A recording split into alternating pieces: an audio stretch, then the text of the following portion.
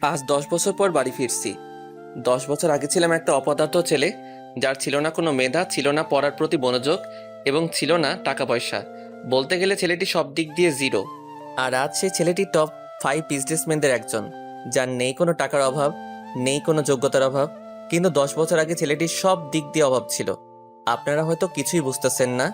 তাহলে চলুন 10 বছর আগে ঘটে যাওয়া ঘটনাগুলো জেনে আসি, তাহলেই বুঝতে পারবেন।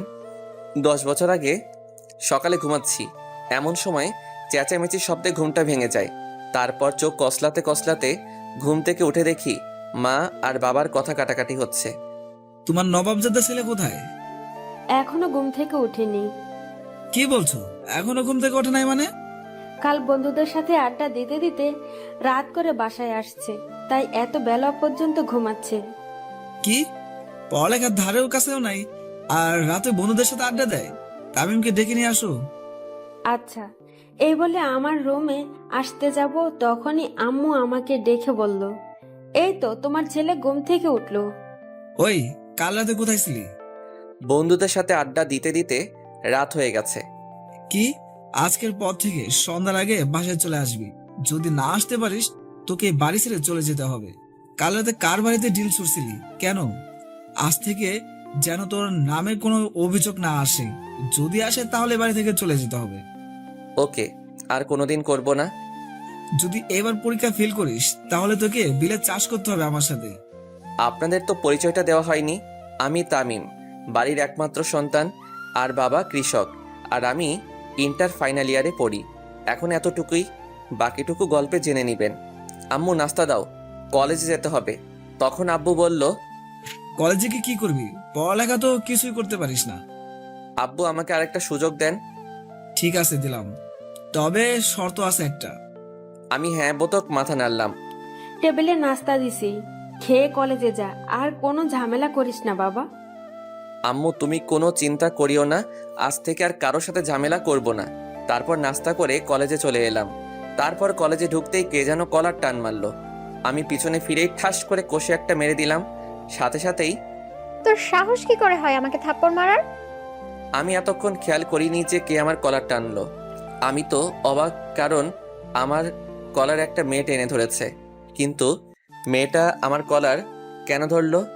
আপনি আমার কলার ধরলেন, তাই আমি রাগ কন্ট্রোল করতে না পেরে থাপ্পড় মারছি। আপনার পরিচয় আমার না জানলেও চলবে, মেয়েটা দেখতে খুব সুন্দর কিন্তু রাগী। এই বলে সোজা ক্লাসরুমে চলে গেলাম। তারপর কিছুক্ষণ পর বন্ধুরাও আসলো।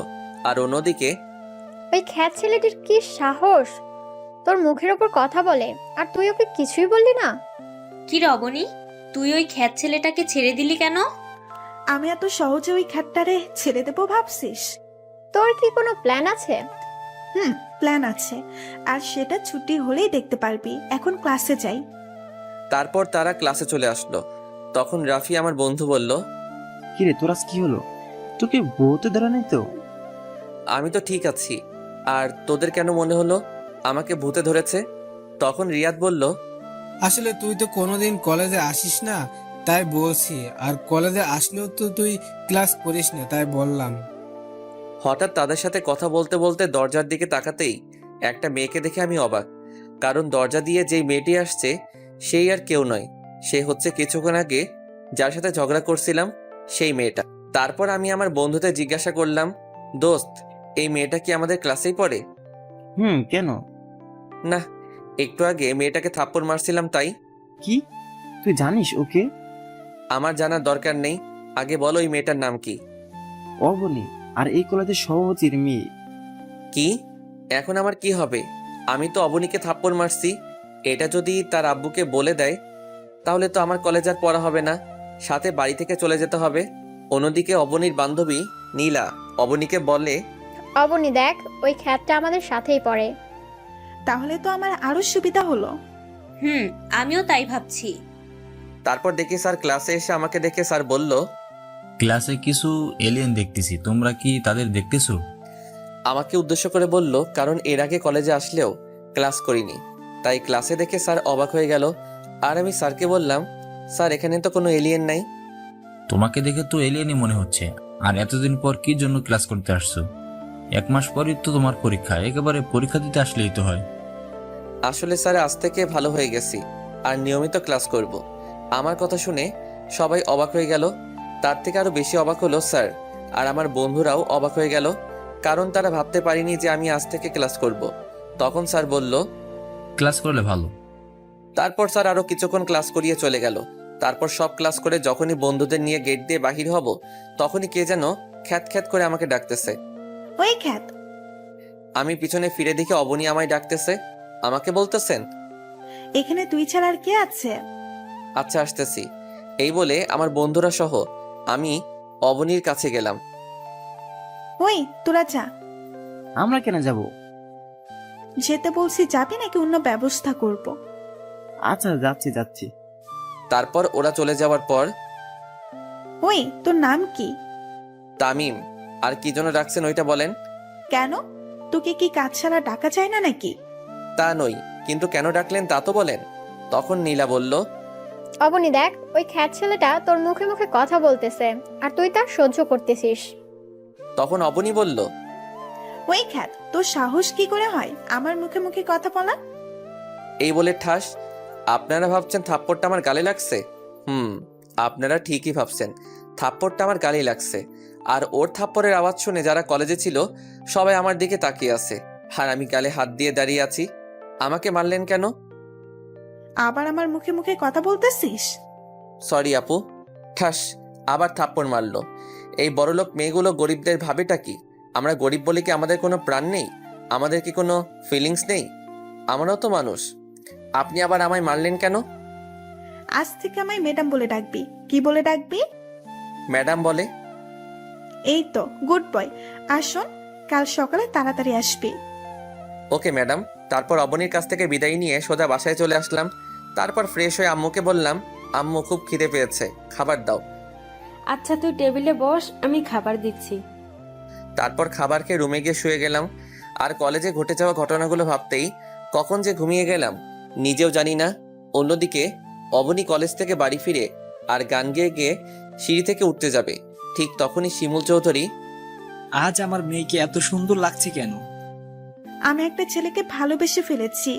তা কে সেই ছেলেটা, যে ছেলেটা আমার এই মেয়ের মন কেড়ে নিয়েছে? ছেলেটার নাম তামিম, কিন্তু তার স্ট্যাটাস আমাদের মতো অত হাই লেভেলের না। ও, তা ছেলেটাকে কি বলেছিস তুই অনেক পছন্দ করিস বা ভালোবাসিস? না মা, আচ্ছা এসব এখন থাক না। এসব এখন খুব জোরে খিদে পেয়েছে, তুমি খাবার রেডি করো, আমি ফ্রেশ হয়ে আসতেছি। নীলা, আচ্ছা যা মা। দোস্ত তুই কোথায়, আজ আসবি না? আমি তো ঘুম যাচ্ছি। কি? আচ্ছা তুই রফিক আঙ্কেলের চায়ের দোকানে চলে আয়। কেন বলো তো, কোনো সমস্যা হয়েছে নাকি? আরে না, আজ আড্ডা দিবি না? আমি তো আড্ডা দেওয়ার জন্য কল দিচ্ছি। সরি দোস্ত, আজ থেকে আমি আর আড্ডা দিব না।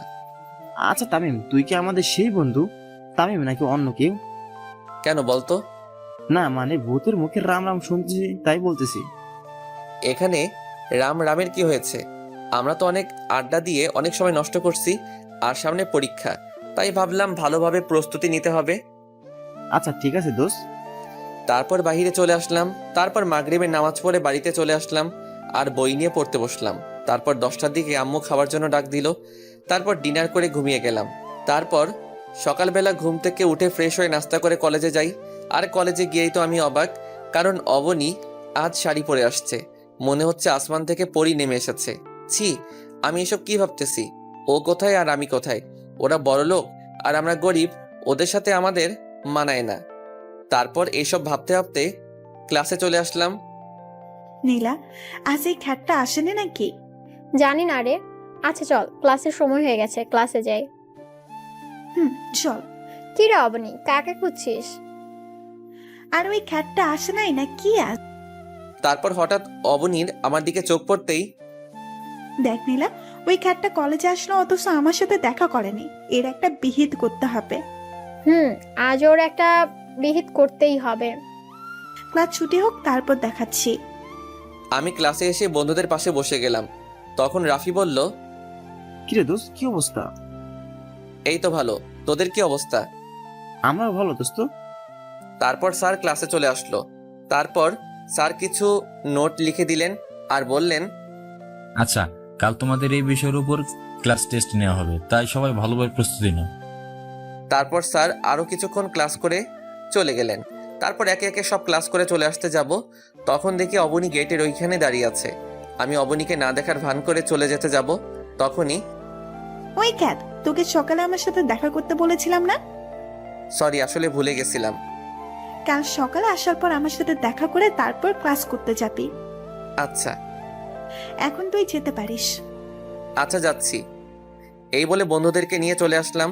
মাঝপথে রিয়াদ বলল, আচ্ছা দোস্ত, ওই অবনী তোর পিছনে এইভাবে লেগে আছে কেন? তখন রাফি বলল, ওই দিন অবনীকে তামিম থাপ্পড় মারলো না, মনে হয় ওইটার বদলা নেওয়ার প্ল্যান করতেছে। এই রে, এরা কিভাবে জানলো আমি অবনীকে থাপ্পড় মারছি? সত্যি তুই অবনীকে থাপ্পড় মারছিস? তাহলে তো তুই শেষ। আরে এমনি ভয়ে ভয়ে আছি, আর তুই সেইখানে আরো ভয় দেখাচ্ছিস। কোথায় সাহস দিবি তা না করে উল্টা আমায় ভয় দেখাচ্ছিস। তোরা কি আদৌ আমার বন্ধু নাকি শত্রু তা আজও জানতে পারলাম না। দোস্ত ওসব বাদ দে তো, কাল যে টেস্ট পরীক্ষা হবে তা নিয়ে কিছু ভাবছিস? যা হবে কাল দেখা যাবে। আচ্ছা চলি দোস্ত, আর ভালোভাবে প্রস্তুতি নিস। ওদের সাথে কথা বলতে বলতে বাড়িতে চলে আসলাম। বাড়িতে ঢুকে মাকে বললাম, আম্মু খুব খিদে পেয়েছে, খাবার দাও। আচ্ছা তুই ফ্রেশ হয়ে আয়, আমি টেবিলে খাবার দিচ্ছি। তারপর আমি ফ্রেশ হতে চলে গেলাম। অবনী, তুই এই খ্যাতটাকে সবসময় এভাবে ছেড়ে দিস কেন? আরে অপেক্ষা কর, ফাইনাল পরীক্ষার পর আমাকে থাপ্পড় মারার প্রতিশোধ নেব। দেখ কাল কি করি। মুখে তো বলে দিলাম, তামিমকে কি আমি শাস্তি দিতে পারবো না? আমি তামিমের থেকে প্রতিশোধ নিতে পারবো না, কারণ আমি যে তামিমকে খুব ভালোবেসে ফেলেছি। তামিমকে কি আমি বলতে পারবো আমার ভালোবাসার কথা? কিরে, তুই কি ভাবছিলি এতক্ষণ? সে কখন থেকে ডাকতেছি, তোর কোনো খুশি নেই? না কিছু না, চল বাড়ি যাই। তারপর ওরা দুইজনে বাড়ি চলে আসলো। এদিকে তামিম ফ্রেশ হয়ে খাবার খেয়ে ঘুমিয়ে পড়ে। তারপর সন্ধ্যা দিকে মাগরিবের নামাজ পড়তে বসে, কারণ কাল তার টেস্ট পরীক্ষা, তাই ভালোভাবে প্রস্তুতি নিতে হবে। তারপর 2 ঘন্টা পরে একটু বিশ্রাম নেয়, তারপর ডিনার করে শুয়ে পড়লাম। সকালবেলা 6টায় ঘুম থেকে উঠে ফ্রেশ হয়ে আবার পড়তে বসলাম। তারপর দেখতে দেখতে কলেজের সময় হয়ে গেল। তারপর নাস্তা করে কলেজে চলে এলাম। তারপর অবনীর সাথে দেখা করে ক্লাসে চলে এলাম। তারপর প্রিন্সিপাল এসে আমাকে ডেকে তার কেবিনে নিয়ে গেল। এরপর স্যার যা বললো তা শুনে তো আমার নিচ থেকে মাটি সরে গেল। তারপর কলেজে এসে সোজা অবনীর কাছে চলে গেলাম। কিরে, আজ তুই নিচেই চলে আসলি? যাক ভালোই হলো। বলেন ম্যাডাম, কেন ডেকেছেন? কেন ডেকেছি তার জন্য কি তোকে কৈফিয়ত দিতে হবে নাকি? এই বলে ঠাস করে 2 গালে 2টা থাপ্পড় মারলো। থাপ্পড়টা এত জোরে লাগলো যে আমার ঠোঁট থেকে রক্ত বের হচ্ছে আর খুব জ্বলছে। তবু সহ্য করে থাকলাম, কারণ এখন কিছু বললে হিতে বিপরীত হতে হবে, তার চেয়ে চুপ করে থাকি। যা তো এখান থেকে। তারপর আমি সোজা ক্লাসরুমে চলে আসলাম, আর আমি পকেট থেকে রুমালটা বের করে রক্ত মুছে আবার ঢুকিয়ে রাখলাম। তারপর আমার বন্ধুরা চলে এলো। তারপর বন্ধুদের সাথে একটু কথা বললাম। অন্যদিকে অবনী ভাবতেছে, না, তামিমকে এভাবে মারাটা ঠিক হয়নি। ধুর, এখন কি তামিমকে ভালোবাসার কথা বললে তো আমাকে মেনে নিবে না। তামিম তো আমাকে মেনে নিবে না, কারণ আজ আমি যা অন্যায় করলাম তার জন্য তামিম আমাকে ক্ষমা নাও করতে পারে। এখন কি করি? তখন অবনীর বান্ধবী রিমি বলল, কিরে অবনী, কি ভাবছিস? চল ক্লাসে যাই। চল। তারপর অবনী আর তার বান্ধবীরা চলে আসলো। এদিকে রাফি তামিমকে বলল, কিরে দোস্ত, তোর ঠোঁট কাটলো কি করে? আরে তেমন কিছু না দোস্ত, সামান্য ব্যথা পেয়েছি, ঠিক হয়ে যাবে। আচ্ছা। রাফির সাথে কথা বলতেছি, তখন স্যার ক্লাসে চলে আসলো। স্যার ক্লাসে ঢোকার সাথে সাথে প্রিন্সিপালও ক্লাসে ঢুকলো আর বলল, তোমাদের মধ্যে তামিমকে? জি স্যার, আমি। তুমি আমার কেবিনে এসো। আচ্ছা স্যার। তারপর আমি প্রিন্সিপালের কেবিনে গেলাম। সেখানে গিয়ে দেখি কলেজের সভাপতিও আছে, সাথে আমার আব্বুও। তারপর সভাপতি তারেক চৌধুরী মানে অবনীর আব্বু বলল, তুমি সেই তামিম যে প্রতিদিন আমার মেয়েকে বিরক্ত করো? ঠিক বুঝলাম না স্যার। তামিম, তোমাকে এই কলেজে টিসি দেওয়া হলো। যা শুনে আমার নিচ থেকে মাটি সরে গেল। মনে হচ্ছে আমার বুকে কেউ ছুরি ঢুকিয়ে দিয়েছে। কোনো কথা মুখে আসছে না, তবু অনেক কষ্টে আমি বললাম, আমি কি জানতে পারি আমার কোন অপরাধে আমাকে এই কলেজ থেকে টিসি দেওয়া হলো? তুমি স্যারের মেয়েকে প্রতিদিন বিরক্ত করার অপরাধে তোমাকে টিসি দেওয়া হলো। ও বুঝছি, বাবা চলো। কোথায় যাবি? কেন বাড়ি যাব, কারণ এই কলেজে আর আমার জায়গা নাই। তখন আব্বু স্যারকে অনুরোধ করে বলল, স্যার প্লিজ আমার ছেলেকে আরেকটা সুযোগ দিন। আমার ছেলে যতই খারাপ হোক না, এই কাজটা করতেই পারে না। আপনার ছেলে কেমন তা আমাদের জানা হয়ে গেছে, যেমন ছেলে তেমন বাবা। বাবাকে অপমান হতে দেখে আর চুপ থাকতে পারলাম না। সোজা গিয়ে সভাপতির কলার চেপে ধরে বললাম, মিস্টার তারেক চৌধুরী, আপনি আমাকে যতই অপমান করুন মারুন, কিন্তু আমার বাবাকে অপমান করবেন না। তারপর প্রিন্সিপাল এসে আমাদের ছাড়িয়ে নিয়ে তারপর আমার আব্বুকে বলল, এই যে মিস্টার, আজকের পর থেকে যেন আপনাকে আর আপনার ছেলেকে এখানে আর না দেখি, এখনই বেরিয়ে যান। আব্বু চলো। তখন তারেক চৌধুরী বলল, তোকে আমি দেখে নিব। যত পারিস দেখে নিস। তারপর আর কথা না বলে বাবাকে বাহিরে এনে ক্লাসে গিয়ে স্যারের অনুমতি নিয়ে ক্লাসে ঢুকে বইগুলো নিয়ে বাহিরে চলে যাব। ঠিক তখনই, তামিম, তুমি কোথায় যাচ্ছ? সরি স্যার, এই কলেজ থেকে টিসি দেওয়া হয়েছে, তাই চলে যাচ্ছি। আমি এই কথা বলার সাথে সাথে অবনী বলে উঠল, তোমাকে কে টিসি দিছে? তার চাকরি আমি কেড়ে নিব। সরি ম্যাডাম, আমরা গরিব হতে পারি কিন্তু কারো দয়া নিয়ে বেঁচে থাকতে চাই না।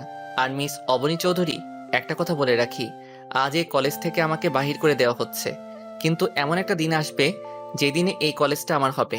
সেই দিন দেখব তারেক চৌধুরী সভাপতিত্ব কোথায় থাকে। It's my challenge, Mrs Abani Chowdhury. Sir দোয়া করবেন। দোস্ত, আমাকে তোর দোয়া করিস। এই বলে ক্লাস থেকে বাহির হয়ে সোজা বাবাকে নিয়ে বাড়িতে চলে আসলাম। কিন্তু এতেই কি তামিমের বিপদ শেষ, নাকি সামনে আরো বড় বিপদের সম্মুখীন হবে? তামিম কি আদৌ জানে যে আরো বড় বিপদের সম্মুখীন হতে হবে? অন্যদিকে অবনীকে নীলা বলল, দোস্ত, ওই খ্যাত এগুলো কি বলে গেল? আমি কিছুই বুঝতেছি না, তামিমকে কে টিসি দিছে? কিন্তু প্রিন্সিপাল স্যার ছাড়া আর কে করবে? আজ ওই প্রিন্সিপালের চাকরি আমি নিয়ে ফেলবো। তার সাহস হয় কি করে আমার কলেজাকে কলেজ থেকে টিসি দেওয়ার? তুই কি তামিম মানে ওই খ্যাতকে ভালোবাসিস? ওই একদম খ্যাত বলবি না। আর তামিমকে আমি খুব ভালোবাসি। তামিমকে ছাড়া আমি বাঁচবো না। তুই ভেবে বলছিস তো? এখানে এত ভাবার কি আছে? আমি আমার তামিমকে আবার ফিরে পেতে চাই, তার জন্য আমি সবকিছু করতে রাজি। তারপর নীলা যা বলল সেটা শোনার জন্য হয়তো অবনী প্রস্তুত ছিল না। সরি অবনী, আজ আমার জন্য তামিমকে টিসি দিয়েছে। মানে কি বলতে চাইছিস তুই? আসলে আমি আঙ্কেলকে বলেছি যে তামিম তোকে বিরক্ত করে, তাই আঙ্কেল কলেজে এসে তামিমকে টিসি দিছে। তখন অবনী ভাবলো, কি? এখন আমি কি করব?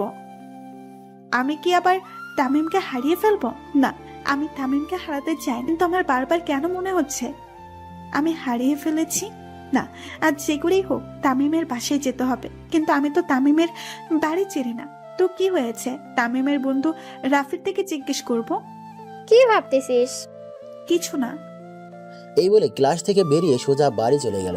এদিকে তামিম আর তার বাবা বাড়ি পৌঁছে গেল। তারপর যা বাবা বলল, যা শুনে তামিমের মাথার উপর আকাশ পড়েছে এমন অবস্থা হয়ে গেল।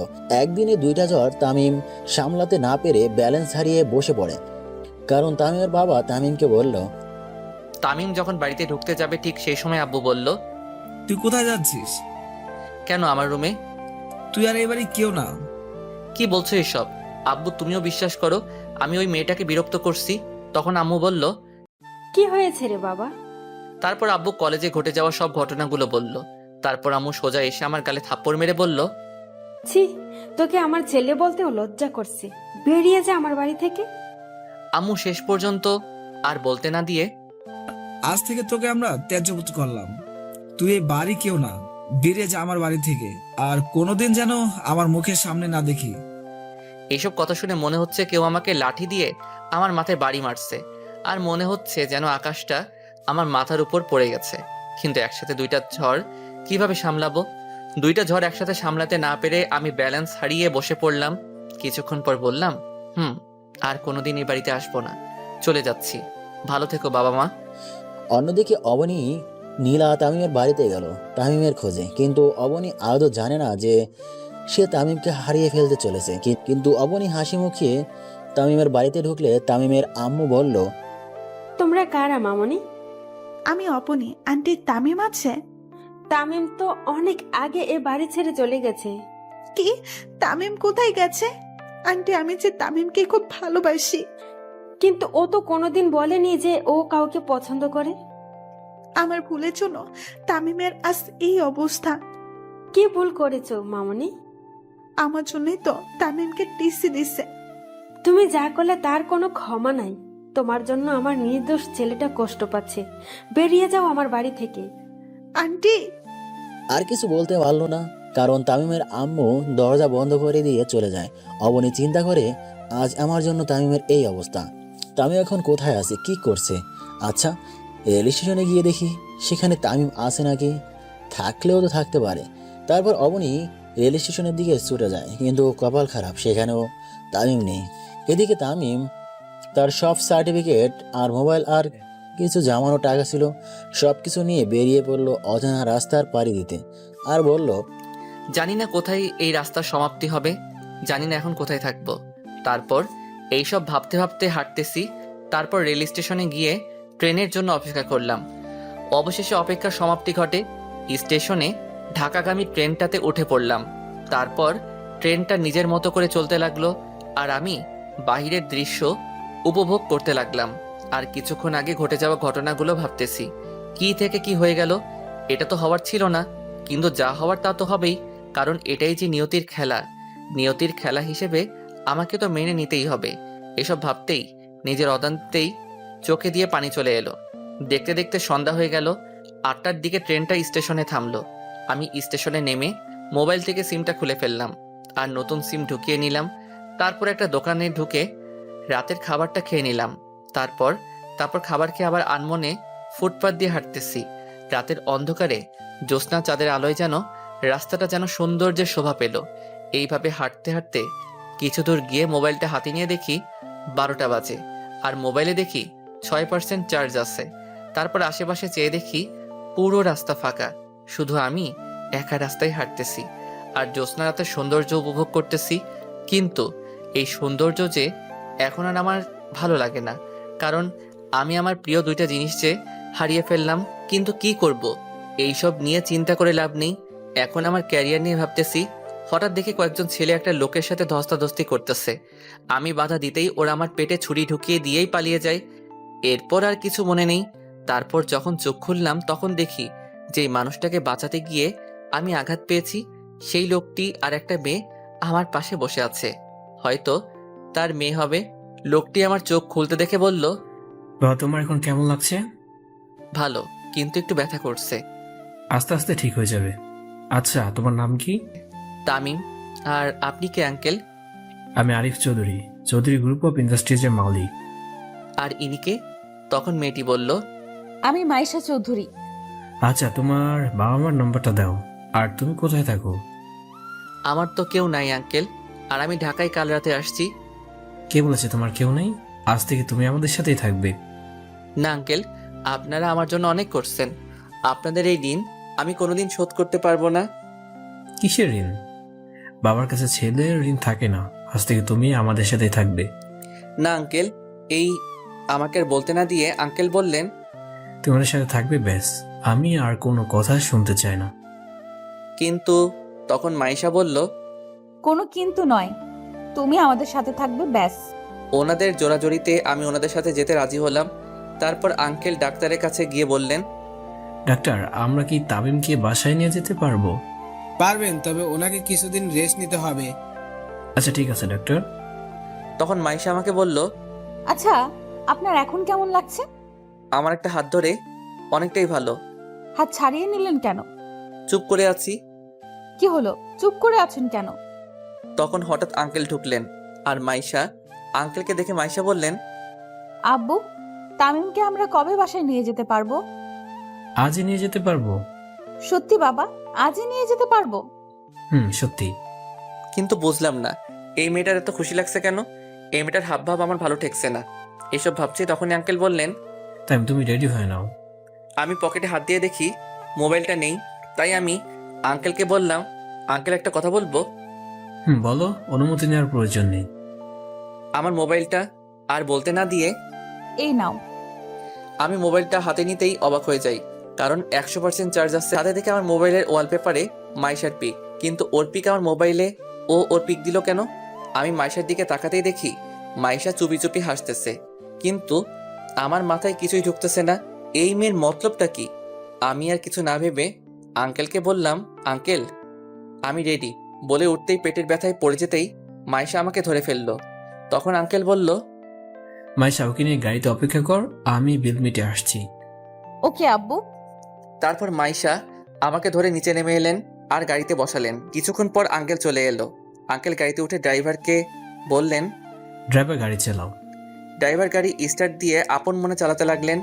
কিছু দূর যাওয়ার পর গাড়ি একটা বাড়ির সামনে থামলো আর মাইশা আমাকে ধরে বাড়ির ভিতর নিয়ে গেল। তারপর একটা রুমে নিয়ে গিয়ে বসালো।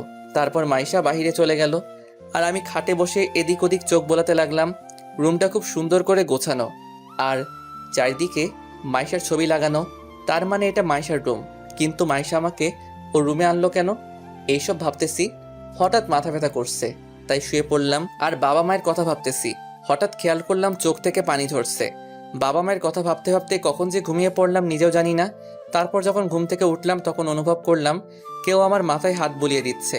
আমি চোখ খুলতেই দেখি মাইশা আমার মাথায় হাত বুলিয়ে দিচ্ছে।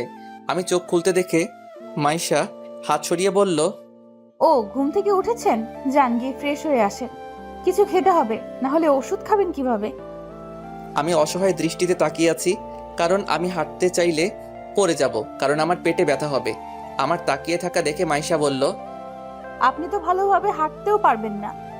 তারপর মাইশা আমাকে ধরে ওয়াশরুমে নিয়ে গেলেন, আমাকে ফ্রেশ করে এনে আমাকে বিছানায় বসালেন। তারপর আবার মাইশা রুমের বাইরে চলে গেলেন। কিছুক্ষণ পর কিছু খাবার এনে আমার পাশে বসলো। মাইশা খাবারগুলো বেড়ে আমাকে খাইয়ে দিতে চাইলেন। আমি বাধা দিতে চাইলে আমার বাধা না মেনে আমাকে খাইয়ে দিতে লাগলেন। খাওয়া শেষে ওষুধ খাওয়াই দিয়ে আবার চলে গেলেন। এভাবে কিছুদিন পার হয়ে গেল। এখন আমি অনেকটাই সুস্থ। এই কয়দিনে মাইশা আমার অনেক কেয়ার করেছে। অন্যদিকে অবনী তামিমের দেখা না পেয়ে দরজা বন্ধ করে কান্না করতে থাকে আর বলতে থাকে, তামিম, তুমি কোথায় হারিয়ে গেলে? পাওয়ার আগে তোমাকে হারিয়ে ফেললাম। জানি না কোনোদিন তোমার দেখা পাবো কিনা, তবু আমার দৃঢ় বিশ্বাস তুমি আবার আমার কাছে ফিরে আসবে। কিন্তু কবে ফিরে আসবে তুমি? এইসব ভাবতেছে তখনই অবনীর মা দরজায় কড়া নেড়ে বলল, মা আর কতদিন এইভাবে থাকবি? এখন কিছু খেয়ে নি, সকাল থেকে কিছু খাসনি। মা তুমি যাও তো, আমার খিদে নেই। তা বললে তো হবে না, আজ একটু খেয়ে নে মা। তুই না খেলে কি তামিম তোর কাছে ফিরে আসবে? মা আমি এখন কি করব? আমি যে তামিমকে খুব ভালোবেসে ফেলেছি। তোর ভালোবাসা যদি সত্যি হয় তাহলে তামিম আবার তোর কাছে ফিরে আসবে। তাই যেন হয় মা। দোয়া করি যেন তামিম আবার তোর কাছে ফিরে আসে। এই খাবারটা খেয়ে নে। অবনী দরজাটা খুলে দেয় আর খাবারগুলো খেয়ে ঘুমিয়ে পড়ে। হঠাৎ অবনী স্বপ্ন দেখে। অবনীর মন খারাপ, তাই অবনী বাড়ি থেকে হাঁটতে হাঁটতে পার্কের দিকে যেতে থাকে। কিছুক্ষণ হাঁটার পর পার্কে পৌঁছে যায়, কিন্তু পার্কে যখন ঢোকে তখন অবনী দেখতে পায় একটা ছেলে আর একটা মেয়ে কাঁধে মাথা রেখে কথা বলছে। অবনী আর একটু এগিয়ে গিয়ে আরো ভালো করে লক্ষ্য করে দেখে ছেলেটাকে সেই চেনে। ছেলেটি আর কেউ নয়, ছেলেটি হলো তামিম। কিন্তু অবনী পাশে থাকা মেয়েটিকে চিনতে পারেনি। তাই অবনী তামিমের কাছে যখন যায় তখন তামিম আর মেয়েটি চলে যেতে থাকে। কিছুক্ষণ যাওয়ার পর দেখে তামিম আর মেয়েটি উদাও হয়ে যায়। অবনী না বলে চিৎকার দিয়ে ওঠে, যার কারণে শিমুল চৌধুরীর ঘুমও ভেঙে যায়। অবনী চিৎকার করায় শিমুল চৌধুরী বলল, কি হয়েছে মা, চিৎকার করলি কেন?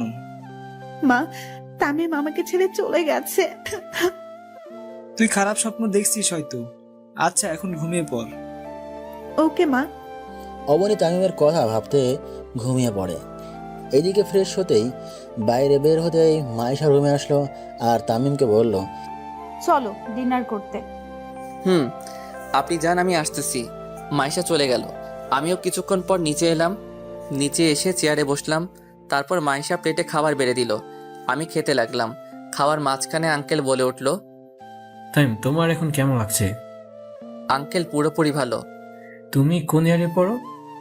ইন্টারের ফাইনাল ইয়ারের পরীক্ষা দিব, কিন্তু দিতে পারিনি। কাল তোমাকে মাইশার কলেজে ভর্তি করে দেব। আচ্ছা ঠিক আছে আঙ্কেল। তোমার সার্টিফিকেটগুলো আছে তোমার সাথে? আছে। মাইশা, তাহলে কাল তামিমকে নিয়ে ভর্তি করে দিস। ওকে বাবা। না, তার দরকার হবে না, আমি নিজেই ভর্তি হয়ে নিব।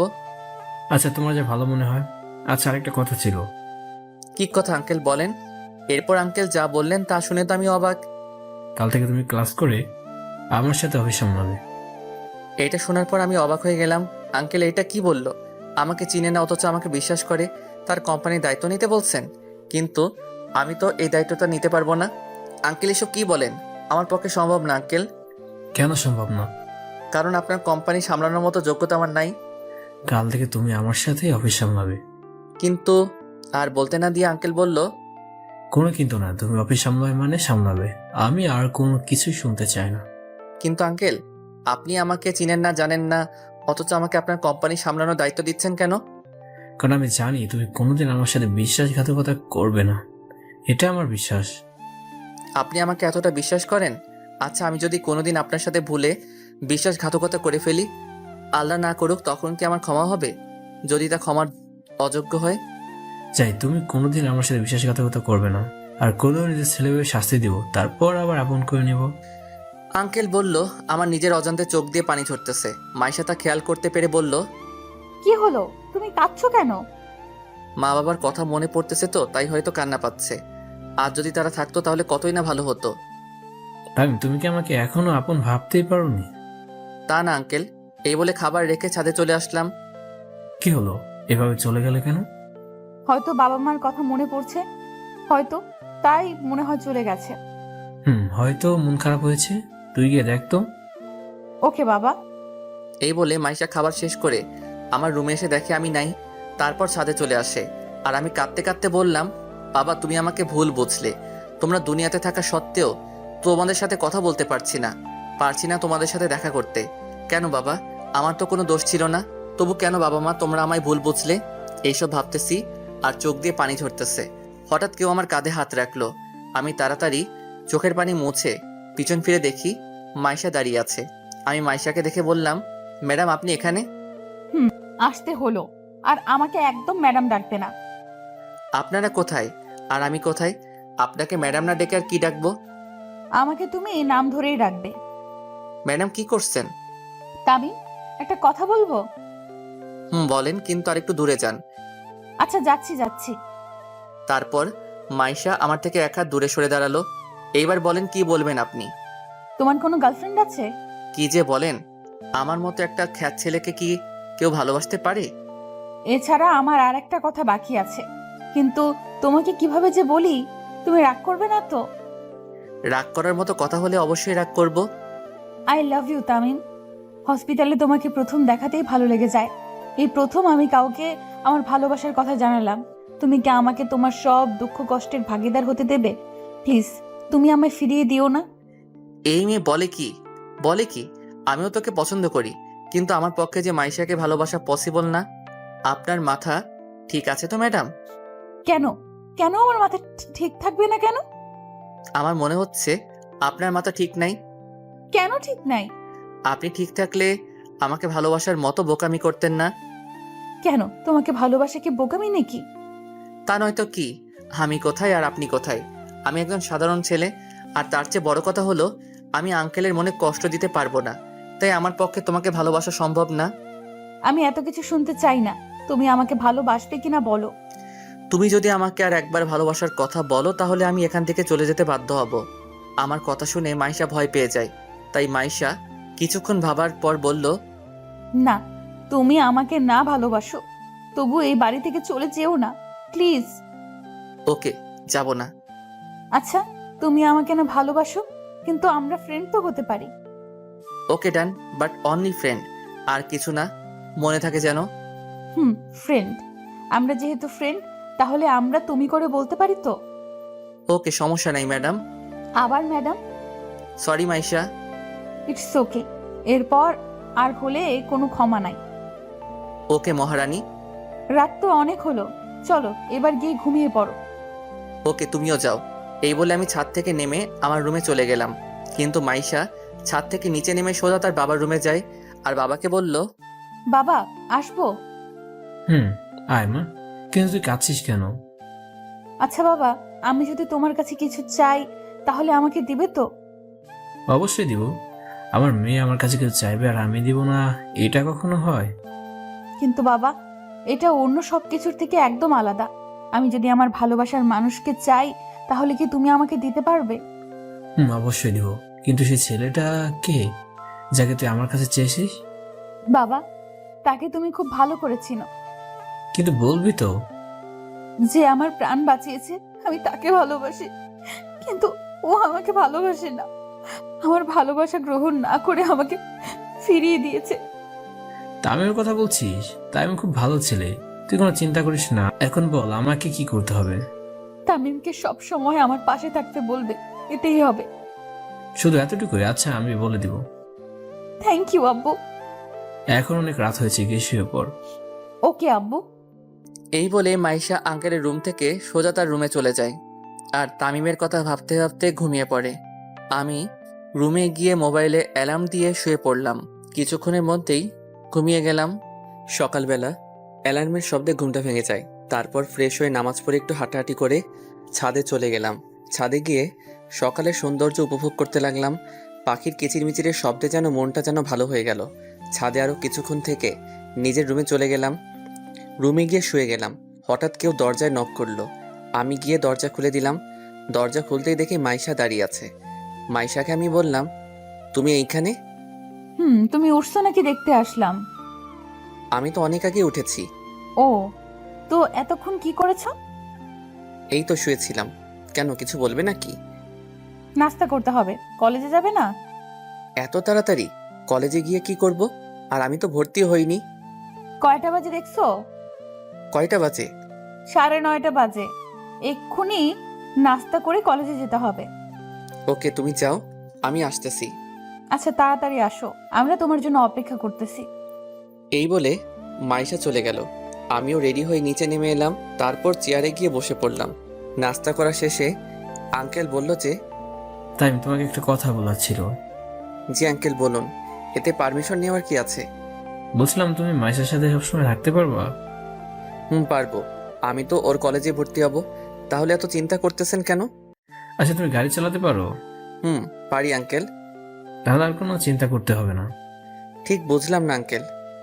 তো মাইশার সাথে একসাথে কলেজ যাবে, আর কলেজ ছুটি হলে মাইশাকে বাড়িতে ড্রপ করে অফিসে আসতে পারবে। আর এই নাও কার্ড, অফিসে চলে আসো।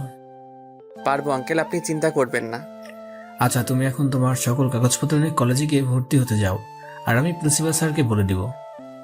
Okay uncle. এই বলে রুমে গিয়ে সব কাগজপত্র নিয়ে নিচে চলে এলাম। আর মাইশাকে বললাম, মাইশা চল। দাঁড়াও, আমি এক্ষুনি আসতেছি। আচ্ছা যাও, আমি গাড়িতে অপেক্ষা করতেছি। এই বলে আমি গাড়ি বাহির করতে গেলাম। গাড়ি বাহির করে গাড়িতে বসে মাইশার জন্য অপেক্ষা করতেছি, কিন্তু ওনার আসার কোনো খবর নাই। কিছুক্ষণ অপেক্ষা করার পর দেখি মাইশা একটা নীল শাড়ি পরছে, সাথে ম্যাচিং করে নীল চুড়ি আর ঠোঁটে হালকা গোলাপি রঙের লিপস্টিক। সব মিলিয়ে মাইশাকে একদম নীল পরীর মতো লাগতেছে। আমি তো দ্বিতীয়বারের মতো ক্রাশ খেলাম। ওর থেকে চোখই ফেরাতে পারছি না, কিন্তু আমি ওর প্রতি দুর্বল হলে চলবে না, এইসব ভাবতেছি আর মাইশার দিকে তাকিয়ে আছি। এই যে, কি দেখছো এইভাবে?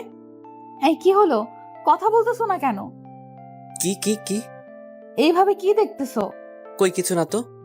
শাড়িতে আমায় কেমন লাগছে? এই প্রথম পরলাম। একদম পেতনির মতো লাগতেছে। কি, আমি পেতনি?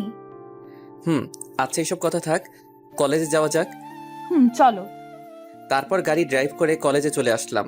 আমি মাইশাকে ক্লাসরুমে চলে যেতে বলে সোজা প্রিন্সিপালের রুমে চলে গেলাম আর বললাম, স্যার আসতে পারি? Yes, come in. আমি রুমে ঢুকলাম আর প্রিন্সিপাল স্যার বলল, কি জন্য আসছো? ভর্তি হতে আসছি স্যার। কোন বর্ষে? ফাইনাল ইয়ারে। কি, আর 1 মাস পর তোমাদের পরীক্ষা আর তুমি এখন ভর্তি হতে আসছো? আগের কলেজ থেকে টিসি দিছে, তাই পড়তে পারিনি। তোমার কাগজপত্রগুলো দাও। আমি কাগজগুলো স্যারকে দিলাম। স্যার কিছুক্ষণ দেখে আমাকে বললেন, তোমাকে তাহলে রফিক পাঠাইছে? জি স্যার। আচ্ছা, একটা কথা বলো তো, তোমাকে আগের কলেজ থেকে কেন টিসি দিছে? স্যার, কলেজে ঘটে যাওয়া সকল ঘটনা বললাম। সভাপতির গায়ে হাত তুলছে কেন? কারণ উনি আমার বাবার নামে গালি দিছে, তাই। যদি এই কলেজে এরকম করো তাহলে তোমার পড়ালেখা বন্ধ হয়ে যাবে। স্যার, এই ভুল দ্বিতীয়বার আর হবে না। তোমাকে কলেজে ভর্তি করাতে পারি, তবে একটা শর্ত আছে। কি শর্ত স্যার? আমি আপনার সকল শর্তে রাজি স্যার। তুমি কলেজে কোনো রকম মারামারি ঝগড়া করতে পারবে না। যে কোনো অবস্থাতে তুমি ঝগড়া করবে না। যদি করো তাহলে তোমাকে এই কলেজ থেকে টিসি দেওয়া হবে, এবং যাতে অন্য কলেজে না ভর্তি হতে পারো সেই ব্যবস্থা করা হবে। ওকে স্যার, আমার দ্বারা এই কলেজে কোনো ঝগড়া হবে না। ওকে, এখন ক্লাসে যাও আর ভালোভাবে লেখাপড়া করো। আর 1 মাস পর তোমাদের ফাইনাল পরীক্ষা। স্যার, আমি তো ফাইনাল ইয়ারের রুম চিনি না। এখান থেকে বাহির হয়ে নিচে নেমে অপর বিল্ডিং এর 2য় তলায় তোমাদের ক্লাসরুম। ধন্যবাদ স্যার। এই বলে প্রিন্সিপাল স্যারের রুম থেকে বাহির হয়ে সোজা ক্লাসে চলে গেলাম। ক্লাসে গিয়ে দেখি স্যার ক্লাস করাচ্ছেন। আমি স্যারকে বললাম, may I coming sir? Yes coming. তোমার নাম কি? তামিম, কলেজে নতুন আসছি। ওকে, সিটে গিয়ে বসো। আমি এদিক ওদিক তাকাতে লাগলাম, কিন্তু কোথাও জায়গা খালি নাই। আমি একটু এগোতেই একটা মেয়ে আমাকে তার পাশে বসতে বলল। আমি আর কোনো উপায় না পেয়ে তার পাশে বসলাম। স্যার কিছু নোট লিখে দিছেন, সেইগুলো তুলে নিলাম। স্যার ক্লাস করিয়ে চলে গেলেন। স্যার ক্লাস করিয়ে চলে গেলে আমার পাশে থাকা মেয়েটি বলল, হাই, আমি সুমাইয়া। আপনি? জি আমি তামিম। আচ্ছা, আমরা কি ফ্রেন্ড হতে পারি? সরি না। এরই মধ্যে স্যার ক্লাসে চলে আসলো, তবু এই মেয়ের বকবকানি বন্ধ হচ্ছে না। কেন? নিজেকে কি মনে করেন? একটা মেয়ে নিজ থেকে আপনাকে ফ্রেন্ড হওয়ার অফার করতেছেন বলে কি সেলিব্রিটি হয়ে গেছেন নাকি? আচ্ছা ফ্রেন্ড, এখন একটু চুপ থাকুন, স্যার ক্লাস করাচ্ছে, দেখতেছেন না নাকি? ওকে, চুপ থাকলাম। আচ্ছা, আমরা যখন ফ্রেন্ড, তো তুমি করে বলা যায় না? যা ইচ্ছা বলেন, তবু কথা একটু কম বলেন। ওকে, আর কথা বলবো না। একে একে সব ক্লাস করে বাইরে এসে গাড়ির পাশে মাইশার জন্য অপেক্ষা করতেছি, কিন্তু এখনো আসতেছে না কেন? কিছুক্ষণ পর দেখি সুমাইয়া আর মাইশা একসাথে বাহির হচ্ছে। তারপর মাইশা এসে বলল, সুমাইয়াও আছে, এই মেয়েটা এখানে কেন? চলো তামিম, একটা রেস্টুরেন্টে যাই। রেস্টুরেন্টে কেন? আমার খুব খিদা লাগছে। এত কথা না বলে তাড়াতাড়ি গাড়িতে উঠে রেস্টুরেন্টে চলো। Okay madam. এই সুমাইয়া, গাড়িতে ওঠ। উনি যাবেন নাকি? কেন, তোমার কোনো সমস্যা নাকি? না, আমার কেন সমস্যা হবে? এই মেয়েটা তো মেয়ে না, যেন একটা রাক্ষসী, কথা শুরু করলে আর বন্ধ হয় না। কি বলছো বিড়বিড় করে? কই কিছু না তো। তাহলে গাড়ি স্টার্ট দাও আর তাড়াতাড়ি চলো। ওকে। আমি গাড়িতে উঠে গাড়ি ড্রাইভ করে সোজা একটা রেস্টুরেন্টে চলে আসলাম। তারপর একটা স্পেশাল কেবিনে বসলাম। তখন সুমাইয়াকে মাইশা বলল, কি খাবি, অর্ডার দে। তুই অর্ডার দে না। তামিম, তুমি কি খাবে? তোমরা যা খাবে আমিও তা খাবো। ওকে, ঠিক আছে, আমি অর্ডার দিচ্ছি। দে। ওয়েটার, ওয়েটার, একটু এদিকে এসো। জি ম্যাম, বলুন কি খাবেন? এই খাবারগুলো নিয়ে আসো। Okay madam. ওয়েটার খাবার আনতে চলে গেল। মাইশা খাবার আনতে আনতে আমি একটু মুখটা ধুয়ে আসি। ওকে, যাও। আমি মুখ ধুতে চলে আসলাম। আমি চলে যাওয়ার পর সুমাইয়া মাইশাকে বলল, মাইশা, ছেলেটা কে রে? দেখতে খুব হ্যান্ডসাম। আমার তো প্রেম করতে ইচ্ছে করতেছে রে। আমার সেটিং করিয়ে দে না। খবরদার ওর দিকে চোখ দিলে তোর খবর আছে। ও তোর হবু দুলাভাই লাগে। কি? তুই তাহলে ওকে ভালোবাসিস? খুব ভালোবাসি। আব্বু বলছে খুব তাড়াতাড়ি আমাদের বিয়ে দিবে। তোর কপাল খুব ভালো রে। কেন? কারণ এমন একটা হ্যান্ডসাম বর পাইছোস। আমি খুব খুশি। আমি তামিমকে খুব ভালোবাসি। এরই মধ্যে খাবার চলে আসলো। আমিও মুখ ধুয়ে চলে আসলাম। আমাকে আসতে দেখে ওরা দুইজনেই চুপ হয়ে গেল। আমি গিয়ে বসে পড়লাম। তারপর খাওয়া শেষে বিল দিয়ে মাইশাকে আর সুমাইয়াকে ড্রপ করে দিয়ে আঙ্কেলের অফিসের দিকে রওনা দিলাম। কিছুক্ষণ ড্রাইভ করার পর আঙ্কেলের দেওয়া ঠিকানায় পৌঁছে গেলাম। আমি গাড়ি থেকে নেমে দেখি অনেক বড় একটা কোম্পানি, আনুমানিক 16 তলা হবে। কাল্পনিক, সো এটা নিয়ে ট্রল করবেন না। আমি এত বড় অফিস দেখে অবাক হয়ে গেলাম। আমি লিফট দিয়ে 8 তলায় উঠে সামনের দিকে এগোতে লাগলাম। সামনেই দেখি আঙ্কেলের কেবিন। আমি আঙ্কেলের কেবিনে নক করে বললাম, আসতে পারি আঙ্কেল? তাই তুমি ভিতরে আসো, চেয়ারে বসো। Okay uncle. আমি গিয়ে চেয়ারে বসে পড়লাম। তখন আঙ্কেল বলল, মাইশাকে বাড়িতে ড্রপ করে দিচ্ছ? আঙ্কেল। গুড। দুপুরে খাবার খেয়েছো? রেস্টুরেন্ট থেকে 2 জন খেয়ে নিয়েছি। ওকে, ভালো করেছো। চল।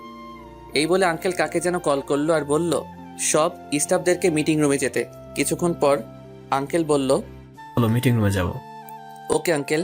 তারপর আঙ্কেল আমাকে একটা রুমের সামনে আনলো আর দরজা খুলে ভিতরে ঢুকে দেখলাম অনেক বড় একটা রুম, যার মধ্যে অফিসের সব এমপ্লয়ি উপস্থিত রয়েছে। এমপ্লয়ি প্রায় 750 জন হবে। আঙ্কেল আমাকে নিয়ে গিয়ে আঙ্কেলের পাশে একটা চেয়ারে নিয়ে গিয়ে বসালো। আঙ্কেল বলল, এমপ্লয়ীদের উদ্দেশ্যে বলল, আজ আপনাদেরকে একটা বিশেষ কথা বলার জন্য এই মিটিং এর আয়োজন করা হয়েছে। কি স্যার? আমার তো অনেক বয়স হয়েছে, তাই আমি আমার এই কোম্পানির দায়িত্ব অন্য কারোর উপর দিব, আর যাকে দেবো সে হচ্ছে। আঙ্কেলের কথা শুনে তো আমি অবাক। আঙ্কেল এটা কি বললেন? আজ থেকে এই কোম্পানির নতুন সিইও হবে তামিম। আমি শুনে তো অবাক। আঙ্কেল এটা কি বললেন? এই ছেলেটা আমার মেয়ের হবু বর। আঙ্কেল আপনি ভেবে বলছেন তো? আর আমি এই কোম্পানির দায়িত্ব নিতে পারবো না। আমি ভেবে বলেছি আজ থেকে এই কোম্পানি তোমার। আঙ্কেল একটু বাইরে আসবেন, কিছু কথা আছে। এইখানে বলতেছি না, কারণ এখানে কোম্পানির সব স্টাফরা আছে। চলো, এক্সকিউজ মি, আমি একটু পর আসছি। আঙ্কেল আর আমি বাইরে চলে এলাম। আঙ্কেল বললেন, এইবার বল কি কথা। আঙ্কেল আপনি এইসব কি বলতেছেন? কনফারেন্স রুমে আপনার মাথা কি ঠিক আছে? আমার মাথা একদম ঠিক আছে। তাহলে এইসব কি? এই কোম্পানির দায়িত্ব আমি কিভাবে নিব? আমি তো একটা সাধারণ পরিবারের ছেলে। আর সবচেয়ে বড় কথা হলো, আমাকে আপনি ভালো করে চিনেনই না, তারপরও আমাকে আপনার কোম্পানির দায়িত্ব দিয়ে দিচ্ছেন। আমি কোনো কথা শুনতে চাই না। তুমি আজ থেকে কোম্পানি নিবে মানে নিবে। সরি আঙ্কেল, আমি আপনার কথা রাখতে পারলাম না। আর যদি তোমার বাবা হতাম তাহলে কি আমাকে এভাবে ফিরে দিতে? ফিরিয়ে দিতাম। কিন্তু কেন? কারণ আমার এখনো পড়ালেখা কমপ্লিট হয়নি, আর আমি আমার নিজের পায়ে দাঁড়াতে চাই। আচ্ছা, লেখাপড়া শেষ হলে তাহলে তোমাকে কোম্পানির দায়িত্ব অবশ্যই নিতে হবে। এখন আপাতত ওদের সামনে বললো না কোম্পানির দায়িত্ব নিচ্ছ না। Okay uncle. আরেকটা কথা আঙ্কেল। আবার কি কথা? তাড়াতাড়ি বলো। মাইশার সাথে আমার বিয়ে মানে বুঝলাম না। মাসা তোমাকে খুব পছন্দ করে, তাই আমি ওকে কথা দিয়েছি মাসের সাথে তোমার বিয়ে দেবো। আচ্ছা, আপনার যা ভালো মনে করেন তাই করেন। চলেন, ওনারা আমাদের জন্য অপেক্ষা করতেছে। চলো। দুইজনে আবার কনফারেন্স রুমে চলে আসলাম। আঙ্কেল আবার বললেন, আচ্ছা, আজ থেকে তামিম এই কোম্পানির দায়িত্ব নেবে, আর যতদিন ওর পড়াশোনা শেষ হবে না ততদিন পর্যন্ত আমিই থাকবো। আর আপনাদের একটা সুখবর দেওয়া আছে, আগের মাসের 26 তারিখে তামিম আর মাইশার এঙ্গেজমেন্ট। সো সবাইকে অগ্রিম দাওয়াত দিলাম। পার্থ, তুমি তামিমকে অফিসে সবকিছু বুঝিয়ে দাও, বাকিরা সবাই নিজ নিজ কাজ করেন। তারপর পার্থ সাহেব একে একে সব আমাকে বুঝিয়ে দিলেন, কিন্তু আমি একটু কম এডুকেটেড হওয়ায় সবকিছু বুঝতে পারিনি, তবে কিছু কিছু বুঝতে পারছি। এরপর আমি সবকিছু বুঝে নিয়ে আঙ্কেলের কেবিনে গিয়ে আঙ্কেলকে বললাম, আঙ্কেল আমার কি আর কোনো কাজ আছে? নাই, কেন? তোমার কি কোনো কাজ আছে? আসলে আঙ্কেল কয়েকদিন পরে আমাদের পরীক্ষা, তাই আমার প্রস্তুতি নেওয়া দরকার। যাওয়ার ভালোভাবে পড়েও। Okay uncle. এই বলে আমি অফিস থেকে বাহির হয়ে সোজা গাড়ি নিয়ে বাড়িতে চলে আসলাম। বাড়িতে এসে গাড়ি পার্ক করে সোজা রুমে চলে গেলাম। আর রুমে গিয়ে দেখি মাইশা আমার খাটে ঘুমিয়ে আছে। ঘুমন্ত অবস্থায় ওকে একদম পরীর মতো লাগতেছে। মন চাচ্ছে গিয়ে একটা কিস দিয়ে আসি, কিন্তু মনকে সান্ত্বনা দেওয়ার জন্য বলতেছি, না তামিম, তোর জন্য এত শান্তি নাই রে, তাই তুই মাইশা থেকে দূরে থাক, এতেই তোর ভালো হবে। আমি আর কিছু না ভেবেই সোজা ফ্রেশ হতে গেলাম। ফ্রেশ হয়ে বাহির হয়ে দেখি মাইশা বসে আছে। আমাকে ওয়াশরুম থেকে বাহির হতে দেখে মাইশা বলল, তুমি কখন আসছো? এইমাত্র আসলাম। কিন্তু তুমি আমার রুমে কি করছো? রুম গোছানোর জন্য আসছিলাম, কিন্তু হঠাৎ করে ঘুম চলে আসে, তাই ঘুমিয়ে পড়ি। I'm sorry Tamim. It's okay. আর যেন আমার রুমে ঘুমিয়ে যেতে না দেখি। আমার বাড়িতে থাকো আর আমাকে তোমার রুমে ঘুমাইতে না বলছো? কি হাস্যকর, তাই না? ওকে, তুমি যখন বলছো তাহলে আর ঘুমাবো না। তাই তো আমি তার বাড়িতে থাকি, অথচ আমি তাকেই বলছি আমার রুমে না আসতে। সত্যি হাস্যকর ব্যাপার। না আসতে পারবে, কোনো সমস্যা নাই, কারণ এটা তো তোমার বাড়ি। আচ্ছা, তুমি অফিস থেকে চলে আসছো কেন? সামনে তো আমাদের পরীক্ষা, প্রস্তুতি নিতে হবে, তো তাই চলে আসলাম। ও ভালো, আমারও অনেক অধ্যায় বাকি রয়ে গেছে। চলো দুজনে একসাথে শেয়ার করে পড়ি। ওকে। কি করব? আমারও যে অনেক পড়া বাকি, তাই না করলাম না। ওকে, কি খাবে, কফি নাকি চা? তুমি বানাবে নাকি? আমি বানাবো। তাহলে তো কফি খেতে হয়। ওকে, তুমি বসো, আমি কফি বানিয়ে আনছি। ওকে। মাইশা রান্নাঘরে চলে গেল, আর আমি বই নিয়ে খাটের উপরে বসে পড়লাম। কিছুক্ষণ পর মাইশা কফি নিয়ে আসলো। দুইজনে কফি খেতে আড্ডা দিলাম। কফি খাওয়া শেষ হলে দুইজনে বই নিয়ে পড়তে বসি। কিছুক্ষণ পরে মোবাইলটা নিয়ে ছাদে চলে আসলাম। তারপর পুরনো সিমটা অ্যাক্টিভেট করে রাফিকে কল দেই। কয়েকবার রিং হওয়ার পর কলটা রিসিভ হলো। হ্যালো রাফি। কে ভাই আপনি? তোর বাপ বলতেছি। ধুর, আমার বাপ এখন আমার সামনে বসে আছে। আরে তুই আবার আমার কোন মায়ের জামাই রে? রাফি ফাইজলামও বাদ দে, বল তোরা কেমন আছিস রে? আমরা ভালো আছি না খারাপ আছি, তার তোর খবর নেওয়ার কি দরকার? 2 মাস হয়ে গেল আমাদের কোনো খবর নিসনি। আসলে সরি ভাই, আমি খুব কষ্টে ছিলাম, তাই তোদের সাথে কথা বলতে পারিনি। কি কষ্ট রে ভাই, আর তুই এখন কোথায় আছিস? আমি এখন ঢাকায় আছি। আচ্ছা আব্বু আম্মু কেমন আছে রে? ওদের জন্য খুব মন খারাপ করছে। আঙ্কেল আন্টি একদম ভালো নেই। তুই যাওয়ার পর এমন একটা দিন নাই যে আঙ্কেল আন্টি তোর কথা জিজ্ঞাসা করেনি। কি কি জিজ্ঞেস করছিল রে, বল না। তুই কোথায় যাচ্ছিস, তুই কোথায় আছিস, আমাদের সাথে তোর কথা হয় কিনা। আন্টি বলেছে তোকে নাকি ভুল বুঝে বাড়ি থেকে বাইরে করে দিছে, কিন্তু কেন? আচ্ছা রাফি, আম্মুকে আমাকে ক্ষমা করছে? আন্টি তো আমাদের সাথে কথা হলেই বলে রাফি তোমরা আমার ছেলের সাথে কথা হলে বলবা বাড়ি ফিরে আসতে। আমরা তাকে ক্ষমা করে দিছি। সত্যি? কিন্তু কিসের জন্য এই ক্ষমা? আমি তো কিছু বুঝি নাই, আমাকে একটু বলবি? পরে বলবো। আর আমি কালই চট্টগ্রাম চলে আসবো, কারণ আমার আম্মু আব্বু যখন ক্ষমা করে দিছে তাহলে আমি চলে আসবো বাড়িতে। কিন্তু কিসের জন্য ক্ষমা আমাকে একটু বল। আগে আমি আসি, তারপর বলবো নি। আমি তো কালকে চট্টগ্রাম ফিরে আসতেছি, তখন না হয় জানতে পারবি। ওকে, কাল কয়টায় আসবি? সকালের বাসে চলে আসবো। আচ্ছা, পরে কথা হবে রে। ওকে দোস্ত, ভালো থাকিস। রাফির সাথে কথা বলে কলটা কেটে দিয়ে পিছনে ফিরে তাকিয়ে দেখি তো আমি অবাক। ও এখানে কখন আসলো? তামিম, তুমি এতক্ষণ কার সাথে কথা বলছিলে? আমার বন্ধুর সাথে। কিন্তু তুমি তো বলেছিলে তোমার বাবা মা নেই। তাহলে আব্বু আম্মু ক্ষমা এইসব কি? কিছুই বুঝতেছি না। আর তুমি কাল কোথায় যেন যাবে বলেছিলে? সবকিছু যখন জেনেই গেছেন তাহলে সত্যিটা বলেই ফেলি। কি সত্যি বলো? তারপর কলেজে ঘটে যাওয়া সকল ঘটনা মাইশাকে বললাম। আর কাল সকালে নাস্তা করে আমি আবার গ্রামের বাড়ি ফিরে যাব। কাল কেন? একবারে পরীক্ষা দিয়ে যাও, কারণ পরীক্ষার তো আর বেশি দিন নাই। তাই ওকে, পরীক্ষা দিয়েই যাব, কারণ পরীক্ষা দিতে না পারলে পরবর্তীতে আবার একই ক্লাসে ভর্তি হওয়া অনেক লজ্জার ব্যাপার, তাই না করিনি। পরীক্ষা শেষ হলে তোমার সাথে আমিও যাব।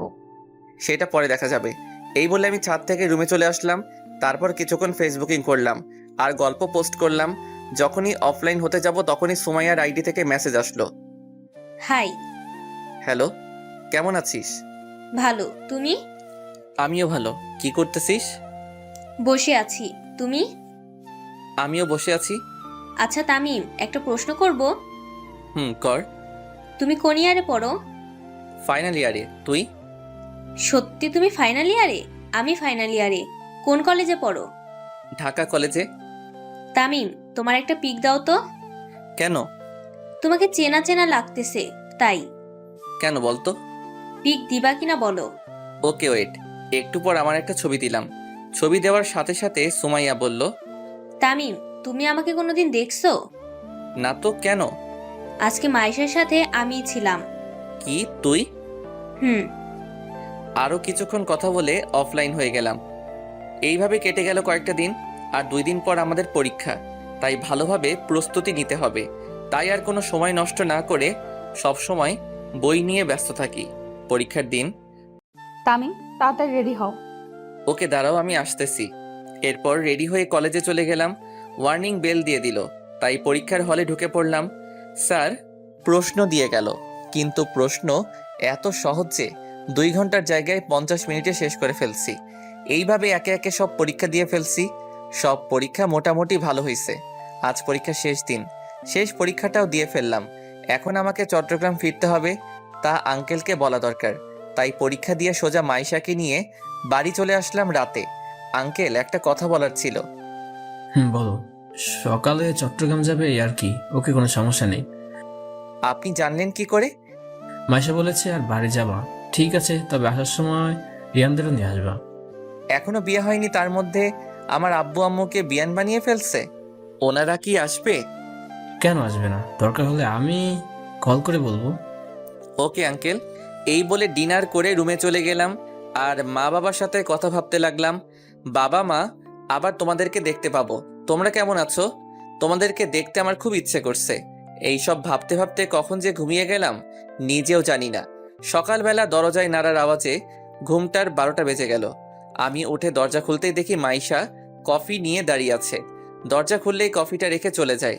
আমি সোজা ওয়াশরুমে গিয়ে ফ্রেশ হয়ে এসে নিচে চলে এলাম।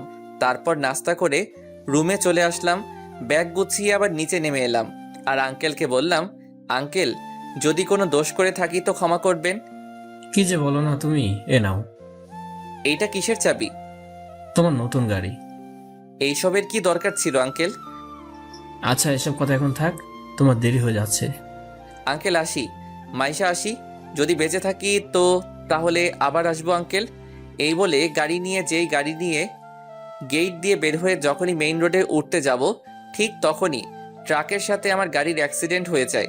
কি ভাবছেন গল্প শেষ হয়ে গেল? তাহলে ভুল ভাবছেন, কারণ গল্পের সিজন 2 আসতে চলেছে। সো সবাই সিজন 2 এর জন্য অপেক্ষা করুন আর আমাদের চ্যানেলটি সাবস্ক্রাইব করে রাখুন। ধন্যবাদ। আমি গাড়ি থেকে ছিটকে দূরে পড়ে যাই আর একটা পিলারের সাথে বাড়ি খাই। তারপর আর কিছু মনে নেই। আফটার 5 মান্থস, 5 মাস পর ডক্টর, তামিম এখন কেমন আছে? উনি এখন অনেকটাই বিপদ মুক্ত। তামিম এতদিন কোথায় ছিলেন, আজ হঠাৎ তার সেন্স ফিরে আসে, তাই ওনাকে ঘুমের ওষুধ দিয়ে হালকা ট্রিটমেন্ট করি। এই বলে মাইশা তামিমকে দেখতে তামিমের কেবিনে যায়। মাইশা দেখে তামিম শুয়ে আছে। মাইশা ডাক্তারকে বলল, ডক্টর, তামিমের কখন জ্ঞান ফিরবে? 1 ঘন্টা পরে তামিমের জ্ঞান ফিরবে, তার চেয়ে বেশিও লাগতে পারে। কিন্তু তামিমের জ্ঞান ফেরার পর ওনাকে কোনো প্রশ্ন করবেন না, কারণ এতে পেশেন্টের ক্ষতি হতে পারে। ওকে ডাক্তার। আপনি তাহলে এখানে বসেন। ডাক্তার চলে গেল আর মাইশা তামিমের মাথায় হাত বুলিয়ে দিচ্ছে আর তামিমের দিকে তাকিয়ে আছে আর বলতেছে, তামিম, তুমি কি জানো না আমি তোমাকে কতটা ভালোবাসি? জানো তোমার যদি কিছু হয়ে যায় তাহলে আমি কি নিয়ে বাঁচবো? তামিম, তোমাকে যে খুব বেশি ভালোবেসে ফেলেছি, তোমাকে ছাড়া যে আমি এক মুহূর্তও থাকতে পারি না। এইভাবে কিছুক্ষণ থাকার পর মাইশার চোখে ঘুম আসছে। তাই মাইশা ঘড়ির দিকে তাকিয়ে দেখে বিকেল 3টা বাজে। মাইশা তামিমের হাতের উপর মাথা দিয়ে শুয়ে পড়ে। হঠাৎ কারো হাত নড়াচড়ার কারণে মাইশার ঘুম ভেঙে যায়। মাইশা চোখ খুলে দেখে তামিমের হুঁশ ফিরেছে আর তামিম বলতেছে, আমি এখন কোথায়? আমাকে তুমি বলে কেন ডাকতেছেন? তোমার নাম তামিম, তাই তোমাকে তামিম বলে ডাকতেছি। আমাকে তামিম বলে কেন ডাকতেছেন? আমার নাম তামিম, কিন্তু আপনাকে তো আমি চিনি না। আপনি কে আর আমি বা কে? মাইশা তামিমের এই ব্যবহার মেনে নিতে না পেরে ডাক্তারকে ডাক দিল। Doctor, doctor. ডাক্তার তামিমের কেবিনে ছুটে আসে। কি হয়েছে ম্যাম? তামিম আমাকে চিনতে পারছে না কেন? নিশ্চুপ। কি হলো ডাক্তার, কিছু বলছেন না কেন? যেটা ভেবেছিলাম সেটাই হয়েছে। কি ডক্টর, তামিমের কি হয়েছে? আসলে মাথায় খুব আঘাত লাগায় ওনার স্মৃতি হারিয়ে গেছে। ডাক্তারের কথা শুনে ইতি চমকে যায়। আসলে ওই দিন যখন অ্যাক্সিডেন্ট করি তখন ট্রাকের ধাক্কায় আমি গাড়ি থেকে বাহিরে পড়ে একটা পিলারের সাথে আমার মাথায় আঘাত লাগে। এরপর অ্যাক্সিডেন্টের কিছু সময় পর যখন মাইশা তাদের বাড়ির বাগানে যেতে লাগলো তখন দেখতে পেল তাদের বাড়ির সামনে কিছু লোক জড়ো হয়ে আছে। তাই মাইশা ওইখানে গিয়ে দেখে তামিমের অ্যাক্সিডেন্ট হয়েছে। আমার অ্যাক্সিডেন্ট হয়েছে দেখে মাইশা তার আব্বুকে তাড়াতাড়ি ডাকতে চায়। আঙ্কেল মাইশাকে হাঁপাতে দেখে বলল, কি রে মা, তুই এভাবে হাঁপাচ্ছিস কেন? বাবা, তামিমের অ্যাক্সিডেন্ট হয়েছে। কি বলছিস? চল। চলুন 5 মাস আগে হয়ে যাওয়া ঘটনা শুনে আসি। এই বলে আঙ্কেল আর মাইশা অ্যাক্সিডেন্ট প্লেস চলে আসে আর তামিমকে গাড়িতে তুলে হসপিটালে নিয়ে যায়। কিন্তু ডাক্তাররা তামিমকে ওটিতে নেওয়ার 1 ঘন্টা পর তামিমের ট্রিটমেন্ট করে যখন কিছু হচ্ছে না দেখে ডাক্তাররা জবাব দিল, সরি মিস্টার রফিক, ওনাকে ইমিডিয়েটলি সিঙ্গাপুর হসপিটালে নিয়ে যেতে না পারলে তামিমকে বাঁচানো সম্ভব না। কিন্তু এত তাড়াতাড়ি ফ্লাইট কোথায় পাবো? আমরা জানি না, আপনাকে দ্রুত পেশেন্টকে সিঙ্গাপুর নিয়ে যেতে হবে। ওকে ডাক্তার, তাহলে আমি তামিমকে একটা অ্যাম্বুলেন্সে শিফট করে দেন, আর এখন তামিমকে সিঙ্গাপুরে নিয়ে চলে যাব। কিন্তু এত তাড়াতাড়ি কিভাবে যাব? ফ্লাইট রেডি হতে হতে তো 1 দিন লাগবে। আমাদের প্রাইভেট প্লেন করে চলে যাব। ওকে আব্বু। ডাক্তার, তামিম অ্যাম্বুলেন্সকে শিফট করে দেন। ওকে। কিছুক্ষণ পর তামিমকে অ্যাম্বুলেন্সে শিফট করা হলো। তারপর অ্যাম্বুলেন্স নিয়ে এয়ারপোর্টের দিকে রওনা দিল আর মাইশা তামিমের হাত ধরে কাঁদতে কাঁদতে বলল, তামিম, তুমি এইভাবে আমার সাথে কথা না বলে থাকতে পারবে না। তামিম, কথা বলো প্লিজ। তামিম, কথা বলো। তামিম, তোমার এই অবহেলা যে আমি সহ্য করতে পারি না। মাইশার এই অবস্থা দেখে আঙ্কেল বলল, কাঁদিস না মা, দেখ সব ঠিক হয়ে যাবে। নিজের মেয়ের অবস্থা দেখে বাবার সান্ত্বনা দেওয়া ছাড়া আর কি করার আছে, তাই সান্ত্বনা দিচ্ছেন। আর কি বা করবেন। দেখতে দেখতে অ্যাম্বুলেন্স এয়ারপোর্টে পৌঁছে গেল। এরপর তামিমকে অ্যাম্বুলেন্স থেকে প্লেনে শিফট করা হলো। প্লেন স্টার্ট করলো। রাত 9টার দিকে প্লেনটি সিঙ্গাপুরের এয়ারপোর্টে ল্যান্ড করলো। এরপর তামিমকে নিয়ে হাসপাতালে ভর্তি করায়। তামিমকে ওটিতে নেওয়া হয়। কিছুক্ষণ পর ডাক্তার বেরিয়ে আসলো। ডাক্তারকে বেরিয়ে আসতে দেখে আঙ্কেল আর মাইশা ডাক্তারের কাছে গিয়ে ডাক্তারকে বলে, ডক্টর, তামিমের কি অবস্থা? ডাক্তার নিশ্চুপ। কি হলো, চুপ কেন ডাক্তার? আমরা অপারেশন সাকসেসফুল করেছি, কিন্তু কিন্তু কি ডাক্তার? আপনাদের পেশেন্টের কোমায় চলে গেছে। তামিমের কি জ্ঞান ফিরবে না কখনো? ফিরবে, কিন্তু কবে ফিরবে তামিমের জ্ঞান? আমরা ঠিক বলতে পারবো না। তবে হয়তো একদিন ফিরতেও পারে, আবার 1 মাসও ফিরতে পারে। আবার তার থেকে বেশিও লাগতে পারে। কি আমরা কি তামিমকে দেখতে পারবো না? এখন তো দেখা যাবে না। মাইশা ডাক্তারের কথা না শুনে তামিমকে দেখতে ওটির দিকে যায় আর দরজার ওপাশ থেকে দেখে আর কান্না করতে থাকে। এইবার বাস্তবে ফিরে আসি। আমরা কি তামিমকে দেখতে পারবো না? এখন তো দেখা যাবে না। মাইশা ডাক্তারের কথা না শুনে তামিমকে দেখতে ওটির দিকে যায় আর দরজার ওপাশ থেকে দেখে আর কান্না করতে থাকে। এইবার বাস্তবে ফিরে আসি। ডাক্তার, তামিমের কি কখনো স্মৃতি ফিরে আসবে না? ফিরে আসবে, কিন্তু সময় লাগবে। কয়দিন লাগবে ডক্টর? হয়তো 1 মাস বা তার চেয়ে বেশি সময় লাগতে পারে। আমরা কি তামিমকে বাড়িতে নিয়ে যেতে পারি? না, কারণ উনি এখনো পুরোপুরি সুস্থ না। ওকে, কিন্তু কবে বাড়িতে নিয়ে যেতে পারবো? 2-1 দিন পর নিয়ে যেতে পারবেন, যদি সর্বোচ্চ নিরাপত্তা দিতে পারেন। ওকে ডক্টর। এতক্ষণ পর্যন্ত আমি ডাক্তার আর এই মেয়ের কথা শুনতেছি, কিন্তু আমি কে, কি বা আমার পরিচয়? এই মেয়েটা আমার নাম তামিম কেন বলতেছে? তাহলে কি আমার নাম তামিম? কিন্তু এই মেয়েটি বা কে? না, আমি আর এসব ভাবতে পারছি না। মাথাটা কেমন জানি ব্যথা করতেছে। আস্তে আস্তে আমার চোখ বন্ধ হয়ে আছে, তারপর আবার ঘুমিয়ে পড়লাম। ডাক্তারের সাথে কথা বলে আঙ্কেলকে কল দেই, কিন্তু প্রথমবারে কল ধরেনি, দ্বিতীয়বারে কল ধরলো। তখন মাইশা বলল, আব্বু, তুমি কোথায়? তোর জন্য খাবার আনতে হোটেলে আসছি। ওকে, আসতেছি। এই বলে আঙ্কেল কিছু খাবার নিয়ে হাসপাতালে চলে আসে আর মাইশার কাছে গিয়ে বলে, কি হয়েছে? মাইশার বাবা বলে কান্না করে দিল। কি হলো, কাঁদছিস কেন? তামিমের কেবিনে চলো। চল আগে খাবারগুলো খেয়ে নে। খাবো না আমি। এরকম করে না। দেখ, তুই কিছু না খাস তাহলে তুই তো রোগা হয়ে যাবি, তখন তামিমকে কে দেখবে? এরপর মাইশা নাস্তাগুলো খেয়ে নেয়। নাস্তা খেয়ে আঙ্কেল আর মাইশা আমার কেবিনে আসে। কেবিনের দরজা বন্ধ হওয়ার শব্দে ঘুমটা ভেঙে যায়। আমি চোখ খুলে দেখি একটা মেয়ে আর একটা লোক, মাইশা আর আঙ্কেল। যেহেতু আমার স্মৃতি হারিয়ে গেছে, তাই আমি মাইশা আর আঙ্কেলের ক্যারেক্টারটা লোকটি আর মেয়েটি করলাম। আমার কেবিনে আসছে, আমি ওনাদেরকে দেখে বললাম, আপনারা কারা? আমার কথা শুনে আঙ্কেল চমকে যায় আর মেয়েটিকে ইশারায় বলে, আমি কি বলছে এগুলো? তারপর মেয়েটি মানে মাইশা যা বলল তা শুনে আঙ্কেল চমকে যায়। আমার কথা শুনে আঙ্কেল চমকে যায় আর মাইশাকে ইশারায় বলে, আমি কি বলছি এগুলো? তারপর মাইশা যা বলল তা শুনে আমি আর আঙ্কেল চমকে যাই, কারণ মাইশা বলল যে, বাবা, তামিম স্মৃতি হারিয়ে ফেলেছে। কি বলছিস এসব? বাবা, তামিমের স্মৃতি হারিয়ে ফেলেছে। আচ্ছা, আপনারা কি আমাকে চিনেন? হ্যাঁ, চিনি তো। আমি কে? আমার নাম কি বলুন না প্লিজ। তুমি আমার তামিম, আর আমি তোমার হবু বউ মাইশা, আর ইনি হলেন আমার বাবা রফিক চৌধুরী। আমার না খুব মাথায় খুব ব্যথা করছে। আপনারা যদি বাইরে যেতেন তাহলে আমি ঘুমিয়ে যেতে পারবো। কেন নই, তুমি ঘুমিয়ে যাও, আমরা বাইরে আছি। এই বলে মাইশা আর আঙ্কেল বাহিরে চলে গেলেন আর আমি শুয়ে পড়লাম। মাইশা আর আঙ্কেল বাহির হয়ে সোজা একটা টুলে বসে পড়লেন আর মাইশাকে বললেন, তামিমকে কি কখনো স্মৃতি ফিরে আসবে না? ডক্টর তো বলেছিল আবার স্মৃতি ফিরে আসবে। কিন্তু কবে ফিরে আসবে? 2-1 মাসের মধ্যে আবার স্মৃতি ফিরে আসবে। তাই যেন হয়। সকালবেলা বুকের মধ্যে ভারী কিছু অনুভব করতেছি। আমি চোখ খুলে দেখি মাইশা আমার বুকে মাথা দিয়ে শুয়ে আছে। আমি মাথাটা নাড়াতেই মাইশা জেগে উঠল আর আমাকে বলল, এখন কেমন লাগছে তোমার? অনেকটাই ভালো। আমি ফ্রেশ হব। তারপর ইতি আমাকে ফ্রেশ করিয়ে আবার কেবিনে নিয়ে আসলো। এরপর ইতি বাহিরে গিয়ে কিছু নাস্তা নিয়ে আসলো আর আমাকে খাইয়ে দিল, আর নাস্তা খাইয়ে আবার ওষুধও খাইয়ে দিল। এভাবে কেটে গেল 2টা দিন। এখন আমি অনেকটাই সুস্থ, হাঁটতে পারি পুরোপুরি, কিন্তু এখনো আমার স্মৃতি ফিরে আসেনি। আমি সুস্থ দেখে মাইশা আঙ্কেলকে বলল, বাবা, তামিম এখন অনেকটাই সুস্থ।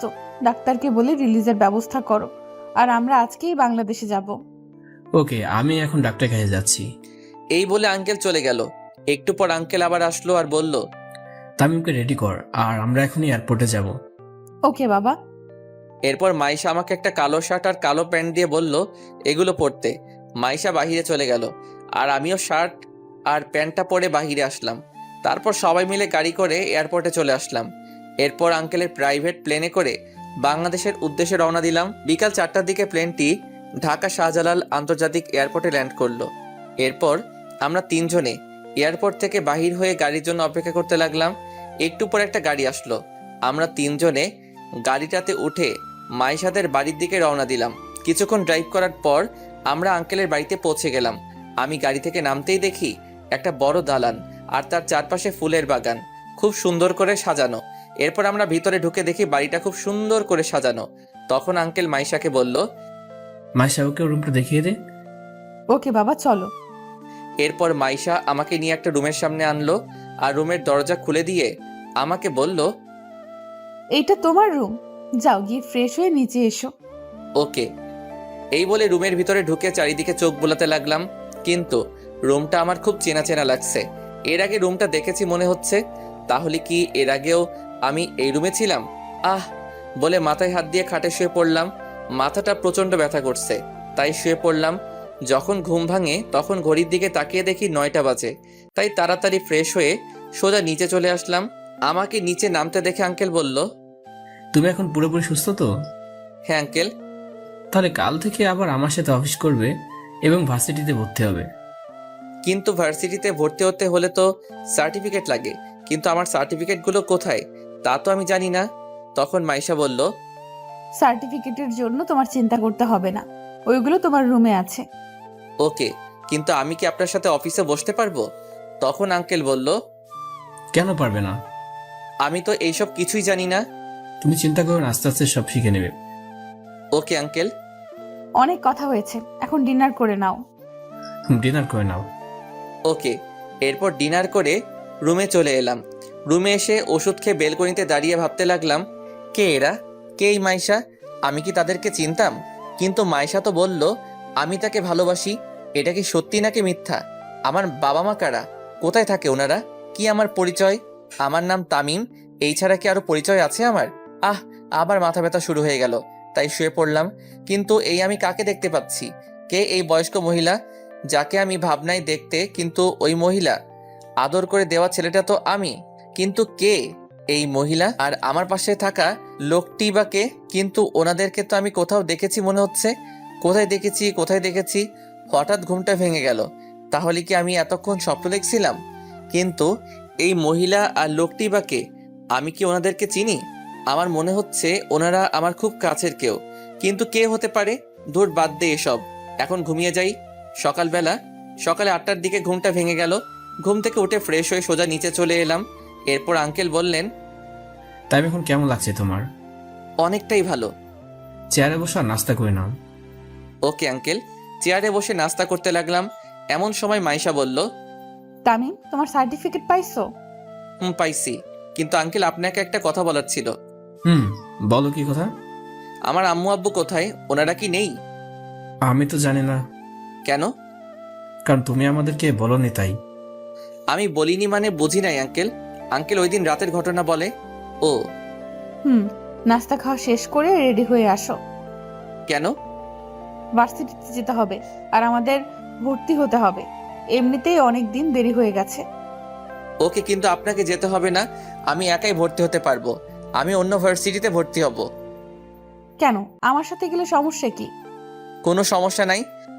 তাহলে আমার সাথে পড়তে অসুবিধা কোথায়? আমার অন্য ভার্সিটিতে পড়তে চাই, তাই আপনার সাথে আপনার ভার্সিটিতে পড়তে চাই না। কিন্তু তখন আঙ্কেল বলল, আচ্ছা মা, বাদ দে তো, তামিম যখন চাইবে তখন ওকে ওর মতো চলতে দে। কিন্তু বাবা। কোনো চিন্তা নয়, তামিম যাও গিয়ে রেডি হয়ে এসো। এই বলে আমি রুমে এসে একটা নর্মাল শার্ট আর প্যান্ট পরে নিচে এলাম। আমাকে এসব কাপড় পরতে দেখে আঙ্কেল বললেন, এগুলো তুমি কি পরেছো? কেন, শার্ট আর প্যান্ট পরছি। দামি দামি শার্ট থাকতে এই খ্যাত মার্কা শার্ট পরছো কেন? আমাকে এগুলো তো ভালোই লাগছে, আপনি আর না করবেন না? ওকে, সব কাগজপত্র নিয়েছো? নিছি। এই নাও কার্ড, আর পাসওয়ার্ড হলো। এটা কিসের কার্ড? এই ক্রেডিট কার্ড, তোমার যখন যা ইচ্ছে খরচ করতে পারো। না আঙ্কেল, আমার লাগবে না। আমাকে শুধু ভর্তি ফি আর 500 টাকা দেন, তাতেই হবে। ওকে নাও, আর এটা তোমার অফিসের কার্ড, ক্লাস করে অফিসে চলে এসো। Okay uncle.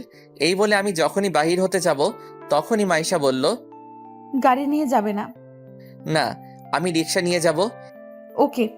কি তামিমের স্বভাব এইভাবে পাল্টে গেল কেন? ও তো আগে এইরকম খ্যাত হয়ে চলতো না। তাহলে কি স্মৃতিশক্তি যাওয়ার সাথে তামিমের নিজস্ব পার্সোনালিটি চেঞ্জ হয়ে গেছে?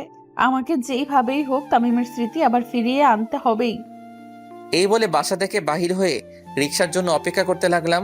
অনেকক্ষণ দাঁড়িয়ে থাকার পর একটা রিক্সা পেলাম। এরপর রিক্সা নিয়ে ভার্সিটির দিকে রওনা দিলাম। কিছুক্ষণ পর ভার্সিটি পৌঁছে গেলাম। রিক্সা ভাড়া দিয়ে ভার্সিটিতে প্রবেশ করলাম আর চারিদিকে চোখ বোলাতে লাগলাম। চারিদিকে সবাই স্মার্ট আর বড় লোকের ছেলে, শুধু আমি একা খ্যাত হয়ে ভার্সিটিতে ঢুকলাম। এরপর আমি অফিসে গিয়ে ভর্তি হয়ে ক্লাসরুমে এসে বসলাম। একটু পর স্যার আসলো আর আমার পরিচয় জানতে চাইলে পরিচয়টা বললাম। একে একে সব ক্লাস করে ক্লাস থেকে বাহির হয়ে সোজা গেটের দিকে যেতে লাগলাম। এরপর যখনই গেটের বাহিরে পা রাখবো তখনই কে যেন আমাকে তামিম তামিম বলে ডাক দিল। আমি পিছনে ফিরতেই দেখি একটা মেয়ে আমায় ডাকছে। ভাবতেছি দাঁড়াবো নাকি চলে যাব। চলেই যাই। এরপর যখন হাঁটা আবার শুরু করলাম তখন আবার ডাকা শুরু করলো, তাই আমি দাঁড়িয়ে গেলাম। তখন মেয়েটি বলল, তোমাকে কখন থেকে ডাকতেছি, তুমি দাঁড়াচ্ছ না কেন? আপনি আমায় ডাকছিলেন? তো কাকে ডাকবো? এখানে তুমি ছাড়া আর কেউ নেই। এইবার বলেন আমাকে কেন ডেকেছেন? তুমি এতদিন কোথায় ছিলে? আমি কোথায় ছিলাম তা আপনাকে বলবো কেন? আপনি কে জানার? কেন, আমি তোমার ফ্রেন্ড, আমি তো জানতেই পারি তুমি এতদিন কোথায় ছিলে। আমি তো আপনাকে চিনি না। আমি সুমাইয়া, তুমি আমাকে চিনতে পারছো না? সরি, আমি সুমাইয়া নামের কাউকে চিনি না। আর আপনাকে তো আমি কোনোদিন দেখিই নাই, আজ প্রথম দেখলাম আপনাকে। কি বলছো তুমি এসব? আমি সত্যি বলছি। আর পথ ছাড়েন, আমার যেতে হবে।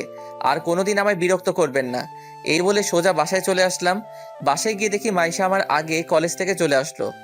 আমাকে আসতে দেখে মাইশা বলল, আজ কলেজ কেমন কাটলো? ভালো। আমি ফ্রেশ হয়ে আসি। এই বলে সোজা রুমে চলে আসলাম।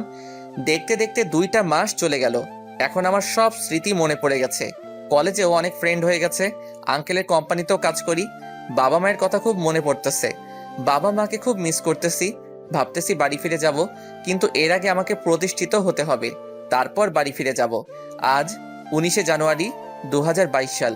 19শে জানুয়ারি মাইশার জন্মদিন, মানে আর একদিন পরই ইতির বার্থডে। তাই আঙ্কেল আমাকে বলল, তামিম, কাল ইতির বার্থডে, তাই আমি চাই বার্থডে সব দায়িত্ব তোমাকেই নিতে হবে। ওকে আঙ্কেল, আপনি কোনো চিন্তা করবেন না, আমি সব সামলে নিব। ওকে, তুমি এখন যাও, আমি একটু পরে আসবো। না আঙ্কেল, এখন অনেক রাত হয়ে গেছে, সো আপনি চলে যান। আমি না হয় ফাইলগুলো দেখে আসতেছি। ওকে, তাহলে আমি যাই। এই বলে আঙ্কেল গাড়ি নিয়ে বাসায় চলে গেলেন। আর আমি ফাইলগুলো রেখে কিছুক্ষণ পর বাসায় চলে আসলাম। বাসায় এসে ফ্রেশ হয়ে ঘুমিয়ে পড়লাম, কিন্তু কোনোভাবেই ঘুম আসতেছে না। তাই ছাদে চলে গেলাম। ছাদে একটু দাঁড়িয়ে আবার রুমে চলে আসলাম। রুমে এসে আবার শুয়ে গেলাম। ফ্রেশ হয়ে নিচে নাস্তা করতে এলাম। নাস্তা করতে বসছি, এমন সময় আঙ্কেল বললেন, কাজ কত দূরে গিয়েছে? সন্ধ্যার আগে হয়ে যাবে সবকিছু। তখন মাইশা বলল, কিসের কাজ বাবা? কোম্পানির কাজ। ও হুম। বাবা, আমি আজ একটু বান্ধবীর বাসায় যাব, আস্তে আস্তে সন্ধ্যা হয়ে যাবে। ওকে, সমস্যা নেই। থ্যাংক ইউ আব্বু, তাহলে আমি যাই আব্বু। ওকে, সাবধানে যাও। ওকে। এই বলে মাইশা গাড়ির চাবি নিয়ে বান্ধবীর বাড়ি চলে গেল। তখন আঙ্কেল আমাকে বলল, তামিম, তুমি তোমার কাজ করো। Okay uncle. এরপর আমি সোজা ডেকোরেশনের দোকানে চলে গেলাম। এরপর বার্থডের জন্য সব অ্যারেঞ্জ করে সোজা অফিসে চলে গেলাম। মাইশা বাড়িতে প্রবেশ করে দেখে বাড়িতে কেউ নেই, পুরো বাড়িটা ফাঁকা। মাইশা এদিক ওদিক দেখতে লাগলো, কিন্তু কেউ নেই। তাই মাইশা সোজা ছাদে চলে গেল। ছাদে গিয়ে দেখে সব লাইট অফ। একটু পা বাড়াতে সব লাইট জ্বলে উঠলো আর আকাশে বাজি ফাটলো আর লেখা উঠলো, happy birthday to dear Maisha. Maisha এসব দেখে অবাক হয়ে যায় আর স্টেজের দিকে এগোতেই সবাই মাইশাকে উইশ করে। এরপর মাইশা কেকটা কাটলো। কেকটা কেটে আঙ্কেলকে খাইয়ে দিল আর আঙ্কেলও মাইশাকে খাইয়ে দিল। এরপর আরেকটা কেকের টুকরা নিয়ে আমাকে খাইয়ে দিতে চাইলে আমি আমার হাতে নিয়ে নিলাম। কেক কাটা পর্ব শেষ হলে আঙ্কেল মাইকে অ্যানাউন্স করলেন, আজ আপনাদেরকে একটা খুশির খবর দেওয়ার আছে, আর তা হলো আগামী 3 আগস্ট আমার মেয়ে মাসের সাথে আমার ভাইয়ের ছেলে তামিমের সাথে এঙ্গেজমেন্টের দিন ঠিক করা হলো। আঙ্কেলের কথা শুনে জন্মদিনে আসা সবাই হাততালি দিতে লাগলো। কিন্তু আঙ্কেলের এই অ্যানাউন্সটা আমার ভালো না লাগলেও অন্য আরেকজন এই অ্যানাউন্সটা শুনে খুব খুশি হলো। আর সে কেউ নয়, সে হলো মাইশা।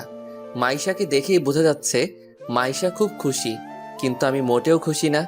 কারণ বামুন হয়ে চাঁদে হাত দেওয়ার অধিকার আমাদের মতো গরিবের নাই।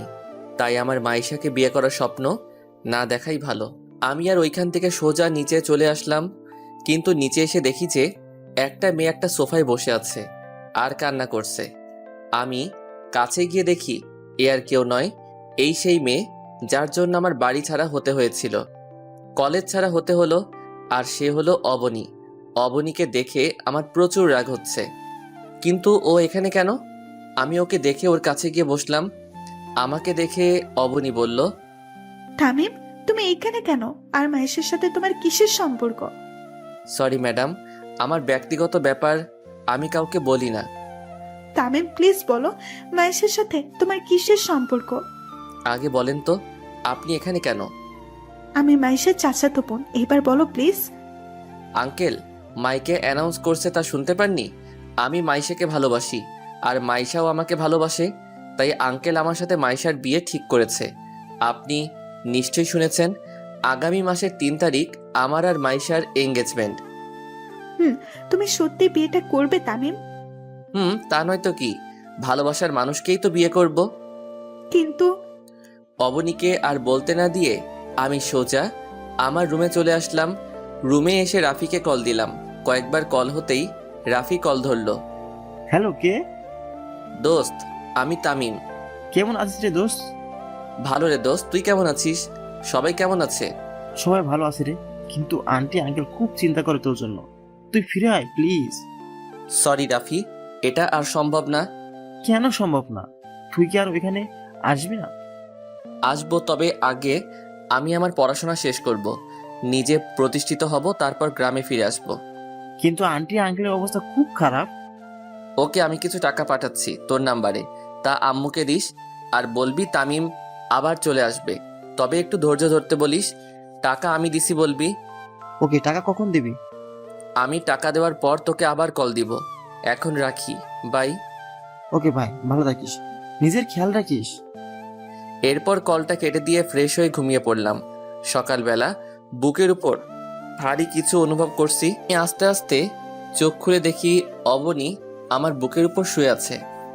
কিন্তু কিভাবে? আমি তো দরজা লাগিয়ে ঘুমিয়েছিলাম, তাহলে অবনী ঢুকলো কিভাবে? এখন যদি মাইশা দেখতে পাই তাহলে আমার অবস্থা খারাপ করে ফেলবে। কি করি? আইডিয়া একটা পেলাম। আমি অবনীকে ধাক্কা মেরে ফ্লোরে ফেলে দিলাম আর দরজা খুলে সোজা মাইশার কাছে গেলাম। তখন আমাকে মাইশা বলল, এত সকালে তুমি আমার রুমে, ব্যাপার কি? কেন, আমার হবু বউয়ের রুমে কি আসতে পারবো না নাকি? নিশ্চয়ই আসতে পারবে, কিন্তু আজ হঠাৎ এত সকালে কোনো কারণ তো আছে। অবনী তোমার হবু বরের রুমে কি করছে? অবনী তোমার রুমে নাকি? আমার রুমে, তাও রাত থেকে মনে হয়। কিন্তু ওর এত বড় সাহস, ও আমার বরের রুমে কি করছে? এই বলে ইতি তার রুম থেকে বের হয়ে সোজা আমার রুমে গিয়ে যা করলো তা আমি কল্পনাও করতে পারলাম না। কারণ মাইশা আমার রুমে গিয়ে অবনীকে আমার রুমে দেখে ঠাস। কি ভাবছেন, থাপ্পড়টা অবনীর গায়ে লাগছে? ঠিকই ভাবছেন, কারণ চটটা অবনীর মুখে মাইশাই মারছে আর বলল, তোর সাহস কি করে হয় আমার বরের রুমে আসার? আমার প্রেমিকের রুমে আসতে সাহসের দরকার আছে নাকি? কে তোর প্রেমিক? কেন? তামিমকে আমি ভালোবাসি। কিন্তু আমি তোমাকে ভালোবাসি না অবনী, আর আমি মাইশাকে ভালোবাসি আর মাইশাকে বিয়ে করব। আমার বুকে শুধু মাইশার জায়গা, অন্য কারো জায়গা নাই। তামিম, সত্যি আমি তোমাকে খুব ভালোবাসি। তোকে বলছে তো তামিম তোকে ভালোবাসে না, তবু কেন ওকে বিরক্ত করছিস? যা এখান থেকে। অবনী আর কিছু না বলে কান্না করতে করতে চলে গেল। অবনী চলে যাওয়ার পর মাইশা আমাকে শক্ত করে জড়িয়ে ধরলো, যেন ছেড়ে দিলে কোথায় হারিয়ে যাব। তামিম, তুমি আমাকে এত ভালোবাসো জানতাম না তো। আমি তোমাকে খুব ভালোবাসি আর ভালোবেসে যাব। জানো, আজ আমি খুব খুশি। কেন, জানতে পারি ম্যাডাম? এই যে আজ আমার সব আশা পূরণ হলো। কি আশা পূরণ হলো শুনি? তোমাকে আমার নিজের করে পেলাম, তাই। জানো, তোমাকে প্রথম দেখায় ভালো লেগে যায়, কিন্তু তোমাকে ভালোবাসার প্রস্তাব দিলে তুমি যখন আমায় ফিরিয়ে দিয়েছিলে, জানো, তখন আমার মনে হয় আমার মাথার উপর যেন আকাশ ভেঙে পড়েছে। আর তুমি যখন আমাকে তোমার সাথে ফ্রেন্ডশিপের কথা বললে, খুব খুশি হয়েছিলাম। আমাকে ছেড়ে কখনো কোথাও যাবে না তো? যাব না, তোমাকে ছাড়া কখনো ছেড়ে যাব না। সত্যি? আচ্ছা চলো, ব্রেকফাস্ট করবে, চলো। চলো, আমি ফ্রেশ হয়ে আসি। ওকে, তুমি আসো, আমি যাই। এরপর আমি ফ্রেশ হয়ে নিচে নেমে দেখি সবাই বসে আছে আমার জন্য, কিন্তু অবনীকে কোথাও দেখতে পাচ্ছি না। তাহলে কি অবনী চলে গেছে? যাক বাবা, ভালোই হয়েছে, আপদটা বিদায় হয়েছে। এরপর গিয়ে যখনই চেয়ারে বসবো তখন দেখি অবনী রান্নাঘর থেকে বাহির হচ্ছে। ধুরু, আর ভালো লাগে না। অবনী এখান থেকে কবে যাবে? নাস্তা করে আঙ্কেলকে বললাম, আঙ্কেল আমি অফিসে যাচ্ছি, আপনি বাসায় বিশ্রাম করুন। ভার্সিটিতে যাবে না? যাব, ভার্সিটি থেকে ক্লাস করে অফিসে যাব। আচ্ছা, তাহলে অবনীকে আর মাইশাকে তোমার ভার্সিটির অ্যাডমিশন করিয়ে দিও তো। এই মেরে ছেড়ে এখন কি হবে? দূর, ভালো লাগে না। যেটার ভয় পেয়েছি সেটাই হলো। তার মানে অবনী এখানেই থাকবে? কিন্তু কেন? ওর বাবার কলেজ থাকতে এখানে কেন পড়তে হবে? নাকি আমাকে ফাঁসানোর প্ল্যান করতেছে? কি ভাবছো তামিম? কই কিছু না তো। আঙ্কেল আমার ভার্সিটিতে কেন? মাইশা যে ভার্সিটিতে পড়ে ওই ভার্সিটিতে তো। ঠিক আছে, আমি ভাবছিলাম সবাই যদি একই ভার্সিটিতে পড়ে তাহলে খুব ভালো হয়। ওকে, আপনার যেটা ভালো মনে হয় ওইটাই করেন। ওকে, তুমি ইতি আর অবনী তোমাদের ভার্সিটিতে অ্যাডমিশনের ব্যবস্থা করে নিও। ওকে আঙ্কেল, আপনারা রেডি হয়ে নিচে আসুন, আমি গাড়িতে অপেক্ষা করতেছি। ওকে। এরপর আমি নিচে নেমে গাড়িতে অপেক্ষা করতেছি। ধুর, ভালো লাগে না। চাইছিলাম অবনীর থেকে দূরে থাকতে, কিন্তু এই তো একেবারে আঙ্কেলের বাড়িতে সেট হয়ে গেছে। কিন্তু কেন? নাকি আমাকে অবনীর প্রেমে ফাঁসানোর জন্য? অবনীর চাল এটা। না, আমি কিছুতেই ওর ফাঁদে পা দিব না। এইসব ভাবতেছি, হঠাৎ মাইশা বলল, কি হলো? কখন থেকে গাড়িতে উঠে বসে আছি, কিন্তু তোমার গাড়ি স্টার্ট করার কোনো নামই নাই। কি সব ভাবতেছো? ও তোমরা এসে গেছো? তখন অবনী বলল, আমরা তো অনেক আগেই এসেছি, কিন্তু আপনার তো গাড়ি স্টার্ট করার কোনো নামই নেই। তাহলে যাওয়া যাক। সব কাগজপত্র নিছো তো? নিছি। তারপর গাড়ি স্টার্ট করে সোজা ভার্সিটিতে চলে আসলাম। গাড়িটা পার্ক করে ভার্সিটির অফিসে গিয়ে মাইশা আর অবনীর ভর্তি করিয়ে দিলাম। এরপর তিনজনে ক্লাসে চলে আসলাম। যেহেতু সবাই একই ক্লাসে আর একই বিভাগে পড়ি, তাই তিনজনেই একই ক্লাসে গিয়ে বসলাম। এরপর স্যার এসে ক্লাস করালেন। তারপর একে একে সব ক্লাস করে বাহিরে চলে আসলাম, কিন্তু মহারানীদের আসার নাম নাই। আমি মাঠের একপাশে সিঁড়িতে গিয়ে বসলাম। হঠাৎ একটা মেয়ে এসে বলে, হাই, আমি নীলা। তো আমি কি করব? কিছু করতে হবে না। এই তো গুড। এরপর পিছনে ফিরতেই দেখি মাইশা আর অবনী দাঁড়িয়ে। আমি ওদের চোখের দিকে তাকাতেই দেখি চোখগুলো রাগে লাল হয়ে গেছে। মনে হচ্ছে যেন ওই চোখের ভিতর থেকে আগুন বাহির হবে। আমি তো ভয়ে শেষ। এখন কি হবে? কি আর হবে? আমি তো আর ইচ্ছে করে ওর সাথে কথা বলিনি। তখন মাইশা রেগে বলল, তুই ওই নীলার সাথে কি কথা বলতেছিলি? মেয়ে দেখলেই শুধু কথা বলতে ইচ্ছে করে, তাই না? এই রে, এই মেয়ে তো তুই তুকারি শুরু করে দিল। এখন কি হবে? খুব রেগে আছে। আমি ইচ্ছে করে কথা বলিনি। নীলা নিজ থেকে আমার সাথে কথা বলতে আসছিল। আমি তো কথাই বলিনি ওর সাথে। সত্যি তো তামিম? সত্যি বলছি। মাইশা, আমি কিন্তু মিথ্যে বলতেছি। ও বুঝছি, তার মানে সবকিছুর মেইন হচ্ছে এই অবনী। দাঁড়াও, দেখাচ্ছি অবনী তোমাকে। আমাকে কলেজ থেকে টিসি দিয়ে এখন আবার আমার আর মাইশার মাঝে ফাটল ধরাতে আসছো? মাইশা কলিজা আমার, বিশ্বাস করো আমি নিজ থেকে ওই মেয়েটার সাথে কথা বলিনি। মাইশাকে কলিজা ডাকতে শুনে অবনী রাগে ফেটে যাচ্ছে। মনে হচ্ছে যেন কাঁচা খেয়ে ফেলবে আমাকে। আমি তোমাকে কখনো অবিশ্বাস করতে পারি না। আমি জানি তুমি কখনো নিজ থেকে মেয়েদের সাথে কথা বলবে না। অবনীকে আরো রাগানোর জন্য মাইশাকে বললাম, কলিজা চলো যাওয়া যাক, অনেক দেরি হয়ে গেছে, অফিসে যেতে হবে তো। মাইশার একটা হাত ধরে বললাম। আমাকে মাইশার হাত ধরতে দেখে অবনী আর থাকতে না পেরে গাড়িতে গিয়ে বসে পড়ল। আমিও খুশি। অবনী এখন কেমন লাগে? আমাকে ভালোবাসতে আসছো? তখন তো বলেছিলে আমার কিছু নেই, তাহলে আজ কেন আমাকে ভালোবাসতে আসছো? অবনী, তোমাকে আমি কোনোদিন ভালোবাসতে পারবো না, কারণ আমি মাইশাকে খুব ভালোবাসি। কি হলো, চলো। চলো। আজ কিন্তু আমরা একটা রেস্টুরেন্টে যাব। কিন্তু অবনী বলে উঠল, রেস্টুরেন্টে কেন? আজ দুপুরের খাবার রেস্টুরেন্টেই খাবো। আমি যাব না। কেন যাবি না? আমার রেস্টুরেন্টের খাবার ভালো লাগে না। তামিম, তুমি গাড়ি স্টার্ট দাও আর একটা রেস্টুরেন্টের সামনে গাড়িটা থামাবা। ওকে মহারানী। এরপর গাড়ি ড্রাইভ করে সোজা একটা রেস্টুরেন্টের সামনে গাড়িটা পার্কিং করলাম। তারপর তিনজনে রেস্টুরেন্টে ঢুকলাম আর একটা ভিআইপি কেবিনে বসলাম। আমি আর মাইশা পাশাপাশি বসলাম, আর অপর পাশে বসে আছে অবনী। এরপর ওয়েটার আসলে খাবার অর্ডার করা হয়। এরপর ওয়েটার আসার আগ পর্যন্ত একটু প্রেম করে নেই। তারপর আমি মাইশার কাঁধে মাথা রাখলে মাইশা বলল, এই কি করছো? দেখো, অবনীর সামনে বসে আছে। আমার তো এতক্ষণ অবনীর কথাই মনেই ছিল না। সরি কলিজা। একটু পর ওয়েটার খাবার নিয়ে চলে আসলো। এরপর আমি খাবার বাসনে নিয়ে আঙুল দিয়ে খেলা করতেছি। মাইশা আমার এই অবস্থা দেখে বলল, কি হলো, তুমি খাচ্ছ না কেন? তোমার হাতে খেতে ইচ্ছে করছে। দেখছো না সামনে অবনী বসে আছে, পরে আমার হাতে খেতে পারবে? আচ্ছা ঠিক আছে, রাতে কিন্তু তোমার হাতে ছাড়া আমি খাবার খাবো না।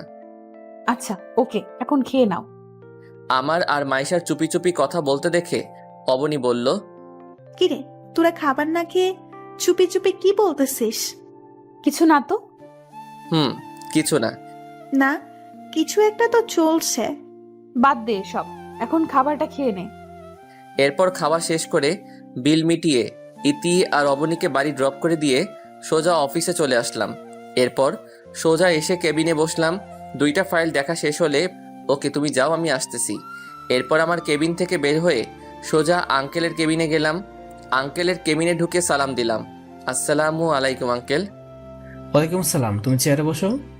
Okay uncle. তাই আজকে তোমাকে রাতে অফিসে থাকতে হবে। ওকে, সমস্যা নাই। আচ্ছা, সন্ধ্যা একটা প্রজেক্ট আছে, আর ওই প্রজেক্টটা যদি আমরা পাই তাহলে আমাদের কোম্পানির 70% লাভ হবে। ওকে, প্রজেক্টটা আমরাই জিতবো, আপনি কোনো চিন্তা করিয়েন না। তুমি যতটা সহজ ভাবছো ততটা সহজ নয় প্রজেক্ট। আমরা পাবো, অনেক কঠিন একটা প্রজেক্ট। আঙ্কেল আপনি একদম চিন্তা করবেন না, আর প্রজেক্টের কাগজগুলো আমায় দেন। এই নাও। আঙ্কেল আমি তাহলে প্রজেক্টের ব্যাপারে সব কিছুর প্রস্তুতি নিতে হবে, তাই আমি আমার কেবিনে গেলাম। কোনো সমস্যা হলে বলবেন। ওকে যাও। এরপর আঙ্কেলের কেবিন থেকে বের হয়ে সোজা আমার কেবিনে চলে আসলাম। প্রজেক্টের ব্যাপারে সবকিছু প্রস্তুতি নিয়ে নিলাম।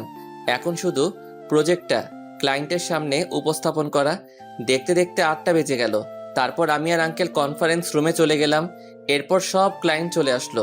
এরপর একটা ক্লায়েন্ট বলল, জি, দামি প্রজেক্ট দেখাও। জি আঙ্কেল। এরপর আমি প্রজেক্টর অন করে পুরো প্রজেক্টটা দেখাতে লাগলাম। এরপর প্রজেক্টটা শেষ হলে সবাই হাততালি দিল। মিস্টার চৌধুরী, আমি আপনার প্রজেক্টটা কিনতে চাই। আমিও আপনার প্রজেক্টটা কিনতে চাই। ওকে, ডিল ডান। ওকে, ডিল ফাইনাল। এই নিন। আমার পক্ষ থেকেও ডিল ফাইনাল। এই নিন, 50% আগে পরিশোধ করে দিলাম, বাকিটা প্রজেক্ট হাতে আসার পর। ওকে মিস্টার রায়হান, প্রজেক্টটা আগামী 3 দিনের মধ্যে পেয়ে যাবেন। ওকে, এখন আসি মিস্টার চৌধুরী। এরপর আরো কয়েকটা কোম্পানিতে আমাদের প্রজেক্টর কিনে নিল। সবাই আঙ্কেল আর আমার সাথে হাত মিলিয়ে চলে গেল। সবকিছু তোমার জন্য সম্ভব হয়েছে। কনগ্রাচুলেশন তামিম। এটা আমার কর্তব্য আঙ্কেল। এই প্রজেক্টের জন্য আমরা 80 কোটি টাকা পেয়েছি, আরও 120 কোটি টাকা পাবো যদি কোম্পানি আমরা প্রজেক্টটা দিতে পারি। তাতে আমরা আমাদের কোম্পানির আরেকটা শাখা করতে পারবো। আঙ্কেল আপনি কোনো চিন্তা করবেন না, প্রজেক্টটা সব কোম্পানিকে আমরা দিতে পারবো। তুমি এখন বাসায় যাও। না আঙ্কেল, আপনি বাসায় যান। আজ থেকে আপনার কোম্পানি আমি সামলাবো। সত্যি তুমি সামলাবে? তাহলে তো খুব ভালো। আঙ্কেল, আজ থেকে আমি সামলাবো। আপনি বাসায় যান, আমি একটু পর বাসায় যাব। ওকে, আমি যাই তাহলে, তুমি সাবধানে এসো। আঙ্কেল আপনিও সাবধানে যাবেন। এরপর আঙ্কেল চলে গেল। পিয়ন ডাক দিয়ে কফি আনতে বললাম, কারণ রাত প্রচুর হয়েছে, যার কারণে আমার একটু একটু ঘুম আসতেছে।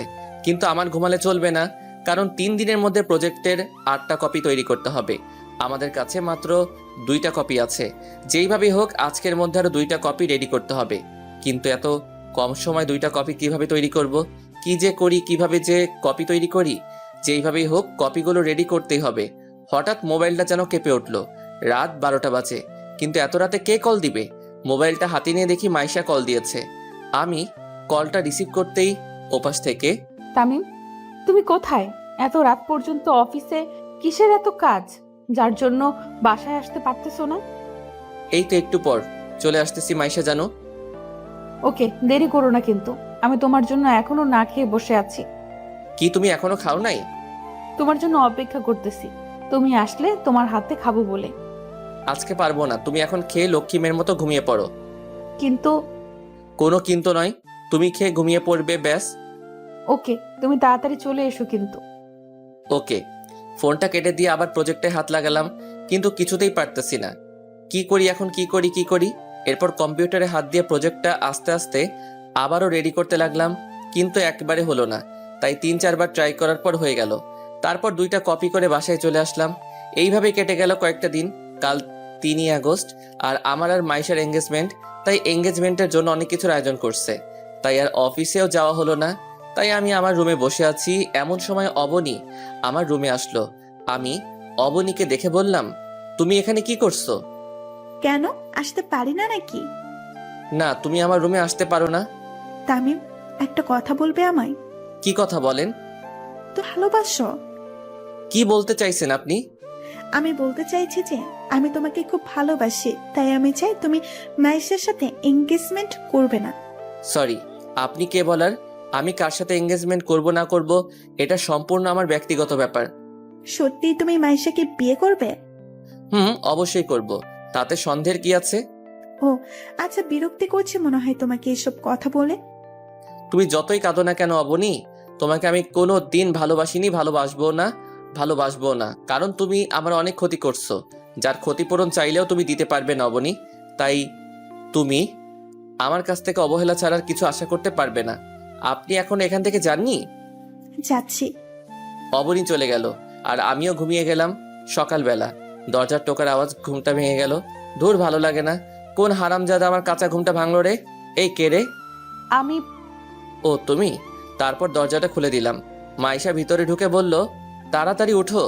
এত সকাল সকাল কেন উঠবো? এত সকাল মানে এখন কয়টা বাজে খেয়াল আছে? হবে 7টা 8টা। না মহারাজ, এখন 10টা বাজে। একটু পর আমাদের এঙ্গেজমেন্ট শুরু হবে। যাও তাড়াতাড়ি ফ্রেশ হয়ে আসো। ওকে, তুমি যাও, আমি আসতেছি। তাড়াতাড়ি উঠে গোসল করে বাহিরে এসে একটা নীল কালারের পাঞ্জাবি আর পায়জামা পরে নিচে নেমে আসলে আঙ্কেল বলল, তাই তুমি রেডি তো?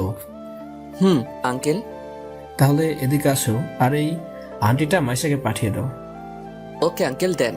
তারপর আঙ্কেলের হাত থেকে আংটিটা নিয়ে মাইশার ডান হাতের আঙ্গুলে পরিয়ে দিলাম। মাইশাও আমার হাতে আংটি পরিয়ে দিলে অনুষ্ঠানে থাকা সবাই খুশিতে হাততালি দেয়। কিন্তু সবাই হাসি খুশি হলেও একটা মানুষের খুব মন খারাপ, আর সে আর কেউ নয়, সে হলো অবনী। তার মুখ দেখে বোঝা যাচ্ছে অবনী এই বিয়েটা সহ্য করতেই পারছে না। কিন্তু কেন? আমি তো অবনীকে ভালোবাসি না, আর একতরফা কখনো ভালোবাসা হয় না। এইসব ভাবতেছি, হঠাৎ স্পিকারের শব্দে ধ্যান ভাঙল। তখন আঙ্কেল বলল, লেডিস অ্যান্ড জেন্টলম্যান, আগামী 1 ডিসেম্বর তামিম আর মাইশার বিয়ে। আশা করি যারা আজকেও এসেছেন তারা সবাই বিয়ের দিন আসবেন আর তাদের এই জুটিটাকে আশীর্বাদ করবেন। এত তাড়াতাড়ি আঙ্কেল বিয়ে ঠিক করে ফেলবে আমি তো ভাবতেই পারিনি। আমি আর নিচে না থেকে সোজা ছাদে চলে আসলাম আর ভাবতে লাগলাম, কি থেকে কি হয়ে গেল। আজকে আমার এঙ্গেজমেন্ট, অথচ আমার বাবা মা আমার এঙ্গেজমেন্টে উপস্থিত নাই। পুরা কপালে আর কি কি যে সহ্য করতে হবে তার নিজেও জানি না। মা বাবা, জানি না তোমরা কেমন আছো, হয়তো আমাকে নিয়ে চিন্তা করছো। চিন্তা করো না মা, আর কয়েকটা দিন অপেক্ষা করো, তোমার ছেলে আবার তোমার কোলে ফিরে আসবে মা। এইসব ভাবতেছি আর কান্না করতেছি। হঠাৎ করে কে যেন কাঁধে হাত রাখলো। আমি পিছনে ফিরতেই দেখি অবনী। আমি চোখের পানি মুছে অবনীকে বললাম, আপনি এখানে কেন? আগে বলো তুমি কাঁদছো কেন? আমার কান্না ছাড়া আর কি বা করার আছে? আমার জীবনটাকে যে আপনি তছনছ করে দিছেন। আপনার জন্য আমার কলেজ ছাড়া হতে হলো মা বাবা ছাড়া। জানেন, মা বাবার কথা মনে পড়লেও মা বাবার সাথে দেখাও করতে পারছি না, শুধুমাত্র আপনার জন্য। কি দোষ করেছিলাম আমি? কি দোষ ছিল আমার? বলেন না ম্যাডাম। অবনী নিশ্চুপ। কি হলো, চুপ কেন? জানি আপনার কাছে এইসব প্রশ্নের উত্তর নাই। কেন জানেন? আপনি ভালোবাসার নামে ছেলেটার দুর্বলতার সুযোগ নিয়ে ছেলেটাকে নিয়ে শুধু খেলা করতে পারেন, এছাড়া আর কিছুই তো পারেন না। আর হ্যাঁ, আরেকটা কথা, এই বাড়িতে যতদিন আছেন ততদিন আর আমার চোখের সামনে আসবেন না। Mind it. আপদটা বিদায় হলো। এরপর ছাদ থেকে সোজা নিচে এসে গাড়ি বের করে সোজা একটা নদীর তীরে চলে গেলাম। কিছুক্ষণ প্রকৃতির ছোঁয়া অনুভব করে আবার বাসায় ফিরে আসলাম। বাসায় এসে রুমে চলে আসলাম। রুমে এসে দেখি মাইশা আমার রুমে শুয়ে আছে। মাইশাকে ঘুমন্ত অবস্থায় দেখতে একদম পরীর মতো লাগতেছে। তার গোলাপি ঠোঁটগুলো যেন আমায় তার কাছে টেনে নিচ্ছে। তবুও নিজেকে কন্ট্রোল করে মাইশার কপালে ভালোবাসার পরশ এঁকে দিয়ে সোজা ফ্রেশ হতে গেলাম। ফ্রেশ হয়ে বাহিরে এসে দেখি মাইশা বিছানায় বসা। আমি মাইশাকে দেখে বললাম, তুমি ঘুম যাওনি? তোমাকে বাইরে রেখে কিভাবে একা ঘুমাতে পারি বলো? এই তুমি ডিনার করছো? না, কেন? তোমার হাতে খাবো বলে এখনো না খেয়ে বসে আছি। আচ্ছা যাও, খাবার নিয়ে আসো, আমারও খুব খিদে পেয়েছে। আচ্ছা যাচ্ছি। মাইশা, আঙ্কেল কি ঘুমিয়ে গেছে নাকি? হুম, অনেকক্ষণ হয়েছে।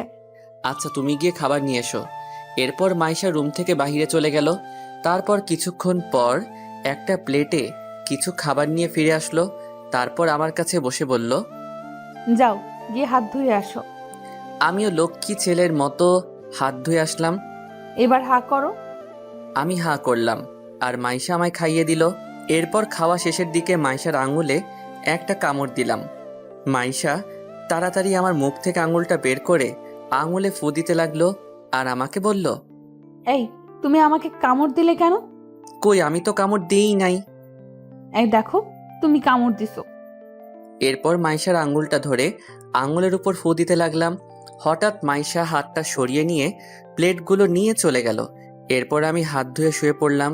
একটু পর মাইশা এসে যখনই আমার পাশে শুবে, ঠিক তখনই আমি বললাম, এই তুমি তোমার রুমে যাও, এখানে কি করছো? কেন যাব? তুমি আমার স্বামী, স্বামীর রুমে আসছি, কারোর কোনো সমস্যা আছে নাকি? আমাদের তো এখনো বিয়ে হয়নি, মাত্র এঙ্গেজমেন্ট হয়েছে। তাতে যদি তুমি আমার রুমে থাকলে মানুষ কি ভাববে? মানুষ যা ভাববে ভাবতে দাও, আমি তোমার বুকে মাথা রেখে ঘুমাতে দাও। এই বলে মাইশা আমার বুকে মাথা রেখে শুয়ে পড়ল।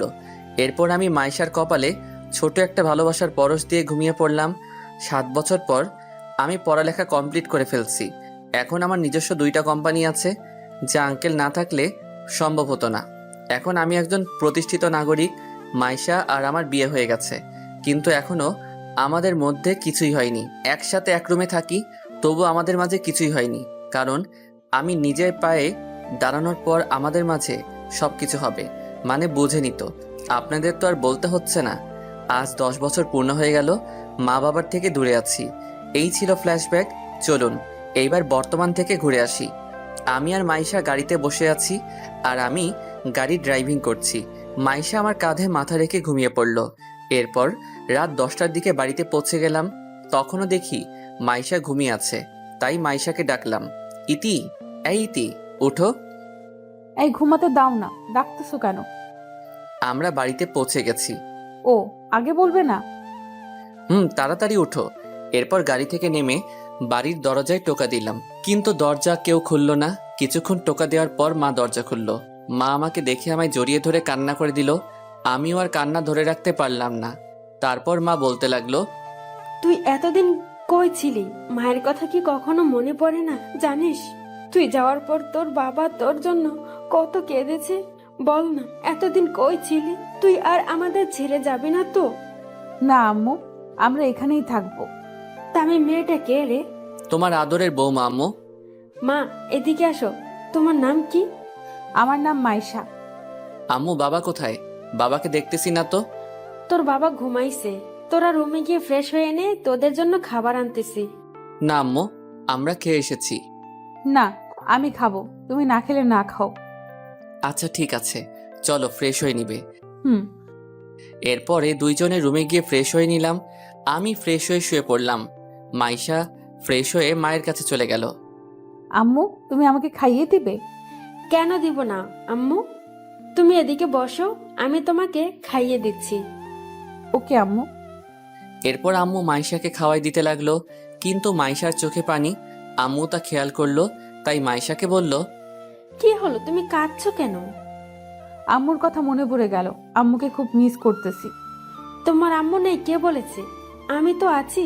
আজ থেকে আমাকেই আম্মু বলে ডাকবে, কেমন? ওকে আম্মু।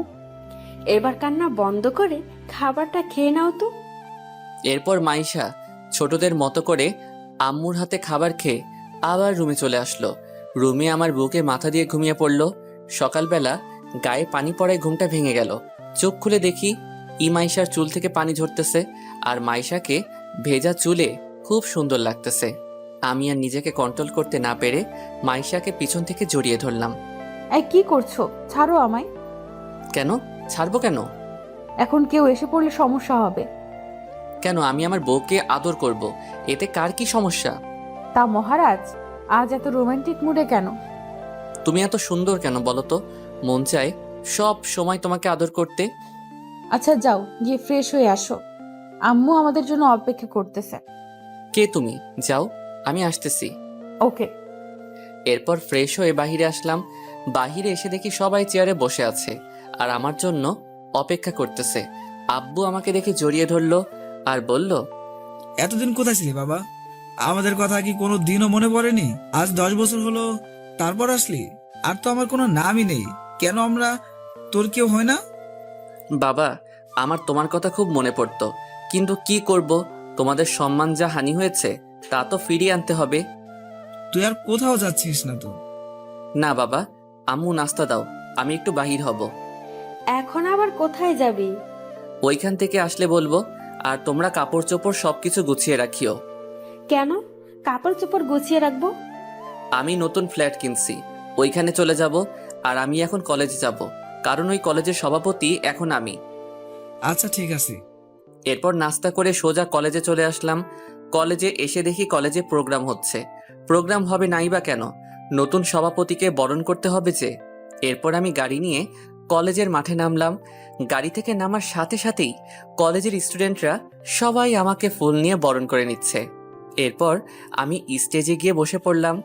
এরপর প্রিন্সিপাল মাইকে অ্যানাউন্স করলেন, মাই ডিয়ার স্টুডেন্ট, আজকে আমাদের কলেজের নতুন সভাপতি তোমাদের সম্মুখে কিছু বলবেন।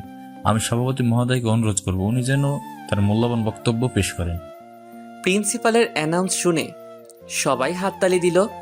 এরপর আমি স্টেজে গিয়ে মাইকে গিয়ে আমার বক্তব্য শুরু করলাম। আসসালামু আলাইকুম, সবাই কেমন আছেন? আমি এই কলেজেরও স্টুডেন্ট ছিলাম, কিন্তু এই কলেজে আমার স্থান হয়নি। শুধুমাত্র মিথ্যা অপবাদে আমাকে এই কলেজ থেকে টিসি দিয়েছিলেন। তখন সভাপতি ছিলেন মিস্টার চৌধুরী। সেদিন আমি ওনাকে চ্যালেঞ্জ করছিলাম, একদিন ওনার কলেজের সভাপতি আমি হব। আমি আমার চ্যালেঞ্জ রেখেছি। কিন্তু তোমরা সবাই স্টুডেন্ট, তোমাদেরকে একটা কথাই বলবো, জীবনে যত বাধাই আসুক না কেন, কোনোদিন পিছিয়ে যাবে না। শত বাধা বিপত্তি পেরিয়ে তোমাদেরকে এগিয়ে যেতে হবে। সবসময় একটা কথাই মনে রাখবে, জীবনে সাফল্য অর্জন করতে চাইলে অনেক বাধা বিপত্তি পার করতে হবে। তাহলে এই কথাই রইল, সবাই মন দিয়ে পড়াশোনা করবে। ধন্যবাদ। এরপর কলেজে থেকে বাহির হয়ে গাড়ি নিয়ে সোজা ফ্ল্যাট বাড়িটার দিকে গেলাম। ফ্ল্যাট বাড়িতে ঢোকা মাত্রই একটা ভিডিও মেসেজ আসলো। ভিডিও মেসেজটা দেখে তো আমার কলিজার পানি শুকিয়ে গেছে। ভিডিওটাতে দেখানো হচ্ছে মাইশাকে কারা যেন কিডন্যাপ করে একটা বাগান বাড়িতে বেঁধে রেখেছে। আর ভিডিওতে বলছে আমার সব কোম্পানি এবং আমার 700 কোটি টাকা তার নামে করে দিতে হবে। কিন্তু কে হতে পারে? কে আমার শত্রু হতে পারে? কে কে কে কে কে হতে পারে? মাইশাকে কিডন্যাপ করেছে, সে যেই হোক না কেন, যে আমার প্রাণকে কিডন্যাপ করছে তাকে তো আমি ছাড়বো না। সে যেই হোক না কেন, তাকে আমি প্রাণে মেরে ফেলবো। এরপর ওইখানে আর না থেকে বাসায় চলে আসলাম। বাসায় এসে দেখি বাসার সবকিছু ভাঙা আর বাবা মার নিথর মৃতদেহ মাটিতে পড়ে আছে। আমি দৌড়ে গিয়ে বাবা বলে কান্না করে দিলাম। হঠাৎ দেখি বাবা একটু রেসপন্স করতেছে। তামিম, তুই এসেছিস, কিন্তু তোর সাথে আমরা থাকতে পারলাম না। কিন্তু মাইশা তোর কলেজে সভাপতি কিডন্যাপ করেছে, মাকেও মারার চেষ্টা করছিস, কিন্তু তুই শুধু তোকে বলার জন্য হয়নি, আল্লাহ আমাকে বাঁচিয়ে রেখেছে। আমার সময় শেষ হয়ে যাচ্ছে। না বাবা, তোমাকে আমি কিছু হতে দিব না, তোমাকে এখনই হসপিটালে নিয়ে যাব। এরপর বাবাকে কোলে করে গাড়ির কাছে নিয়ে যেতেই বাবার প্রাণটা চলে গেল। বাবা, বাবা তোমাদের নামে শপথ করতেছি, তোমাদের খুনিকে আমি বাঁচতে দিব না। এরপর বাবা আর মায়ের দাফন কাফন সেরে বাসায় এসে আমার রুম থেকে 3.888 mm বুলেটের পিস্তলটা নিয়ে গাড়ি করে সোজা অবনীর বাসায় চলে গেলাম। বাসায় গিয়ে দেখি অবনী আর অবনীর মা ছাড়া কেউ নাই। আমি অবনীর মাথায় পিস্তল ঠেকিয়ে ওর বাবাকে কল করলাম। বাবা। মামুনি বল। কোথায় জিজ্ঞাসা করো? বাবা তুমি কোথায়? এই তো আমাদের বাগান বাড়িতে আছি। কেন বলতো? এমনি বলছিলাম। অবনী থেকে ফোনটা কেড়ে নিয়ে ভেঙে ফেললাম। এরপর অবনীকে আর অবনীর মাকে গুলি করে সোজা বাগান বাড়ি চলে আসলাম। এরপর বাগান বাড়ির সামনে গিয়ে দেখি চারিদিকে অবনীর বাবার লোকেরা পাহারা দিচ্ছে। তাই আমি বাগান বাড়ির পিছনে গিয়ে পিস্তলের সাইলেন্সার লাগিয়ে বাগান বাড়িতে লুকিয়ে লুকিয়ে ঢুকে পড়লাম। একটু এগিয়ে গিয়ে দেখি মাইশাকে চেয়ারে বাঁধানো অবস্থায় রয়েছে আর মাইশাকে দেখে সামনে যেতেই অবনীর বাবার লোকেরা আমাকে মাথায় পিস্তল দিয়ে ঘিরে ফেললো। একটু পর অবনীর বাবা এসে আমাকে বলল, এই কাগজ আর এই ল্যাপটপ নে, তোর সব কিছু আমার নামে করে দে। আর তোর অ্যাকাউন্ট টাইপ করে পাসওয়ার্ড দিয়ে তোর সব টাকা আমার অ্যাকাউন্টে ট্রান্সফার করে দে, না হলে তুই তোর মাইশাকে বাঁচাতে পারবি না। মৃত্যুর মুখে দাঁড়িয়েও তোর ভয় করছে না? এইভাবে হাসতেছিস কেন? অস্ত্র দিয়ে লড়তে পারবি, কিন্তু অস্ত্র ছাড়া লড়ার সাহস তোর নাই। বয়েস, সবাই অস্ত্র ফেলে দাও। এইবার খুশি তো? আমি তোদের সবাইকে 5 মিনিট সময় দিচ্ছি। 5 মিনিটের মধ্যে যদি তোরা সবাই মিলে আমাকে মারতে না পারিস, তাহলে আমি তোদের মেরে ফেলবো। Let's start the fight. এরপর সবাই মিলে আমাকে মারতে লাগলো। আমার পুরো শরীর রক্তাক্ত হয়ে গেছে। এরপর আমি কিছুক্ষণ মরার অভিনয় করলাম। আমাকে এমন হতে দেখে অবনীর বাবার লোকেরা বলল, বস, হি ইজ ফিনিশ। এরপর আমি লাফ দিয়ে উঠে দাঁড়ালাম আর বললাম, time is finish, let's my times start now. বয়েস, কিল হিম।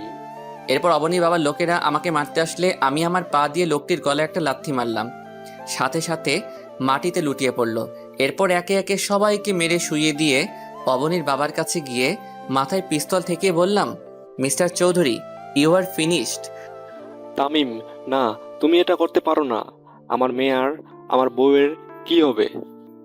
আমি ওদেরকে উপরে পাঠিয়ে দিয়েছি যাতে তোর একলা মনে না হয়।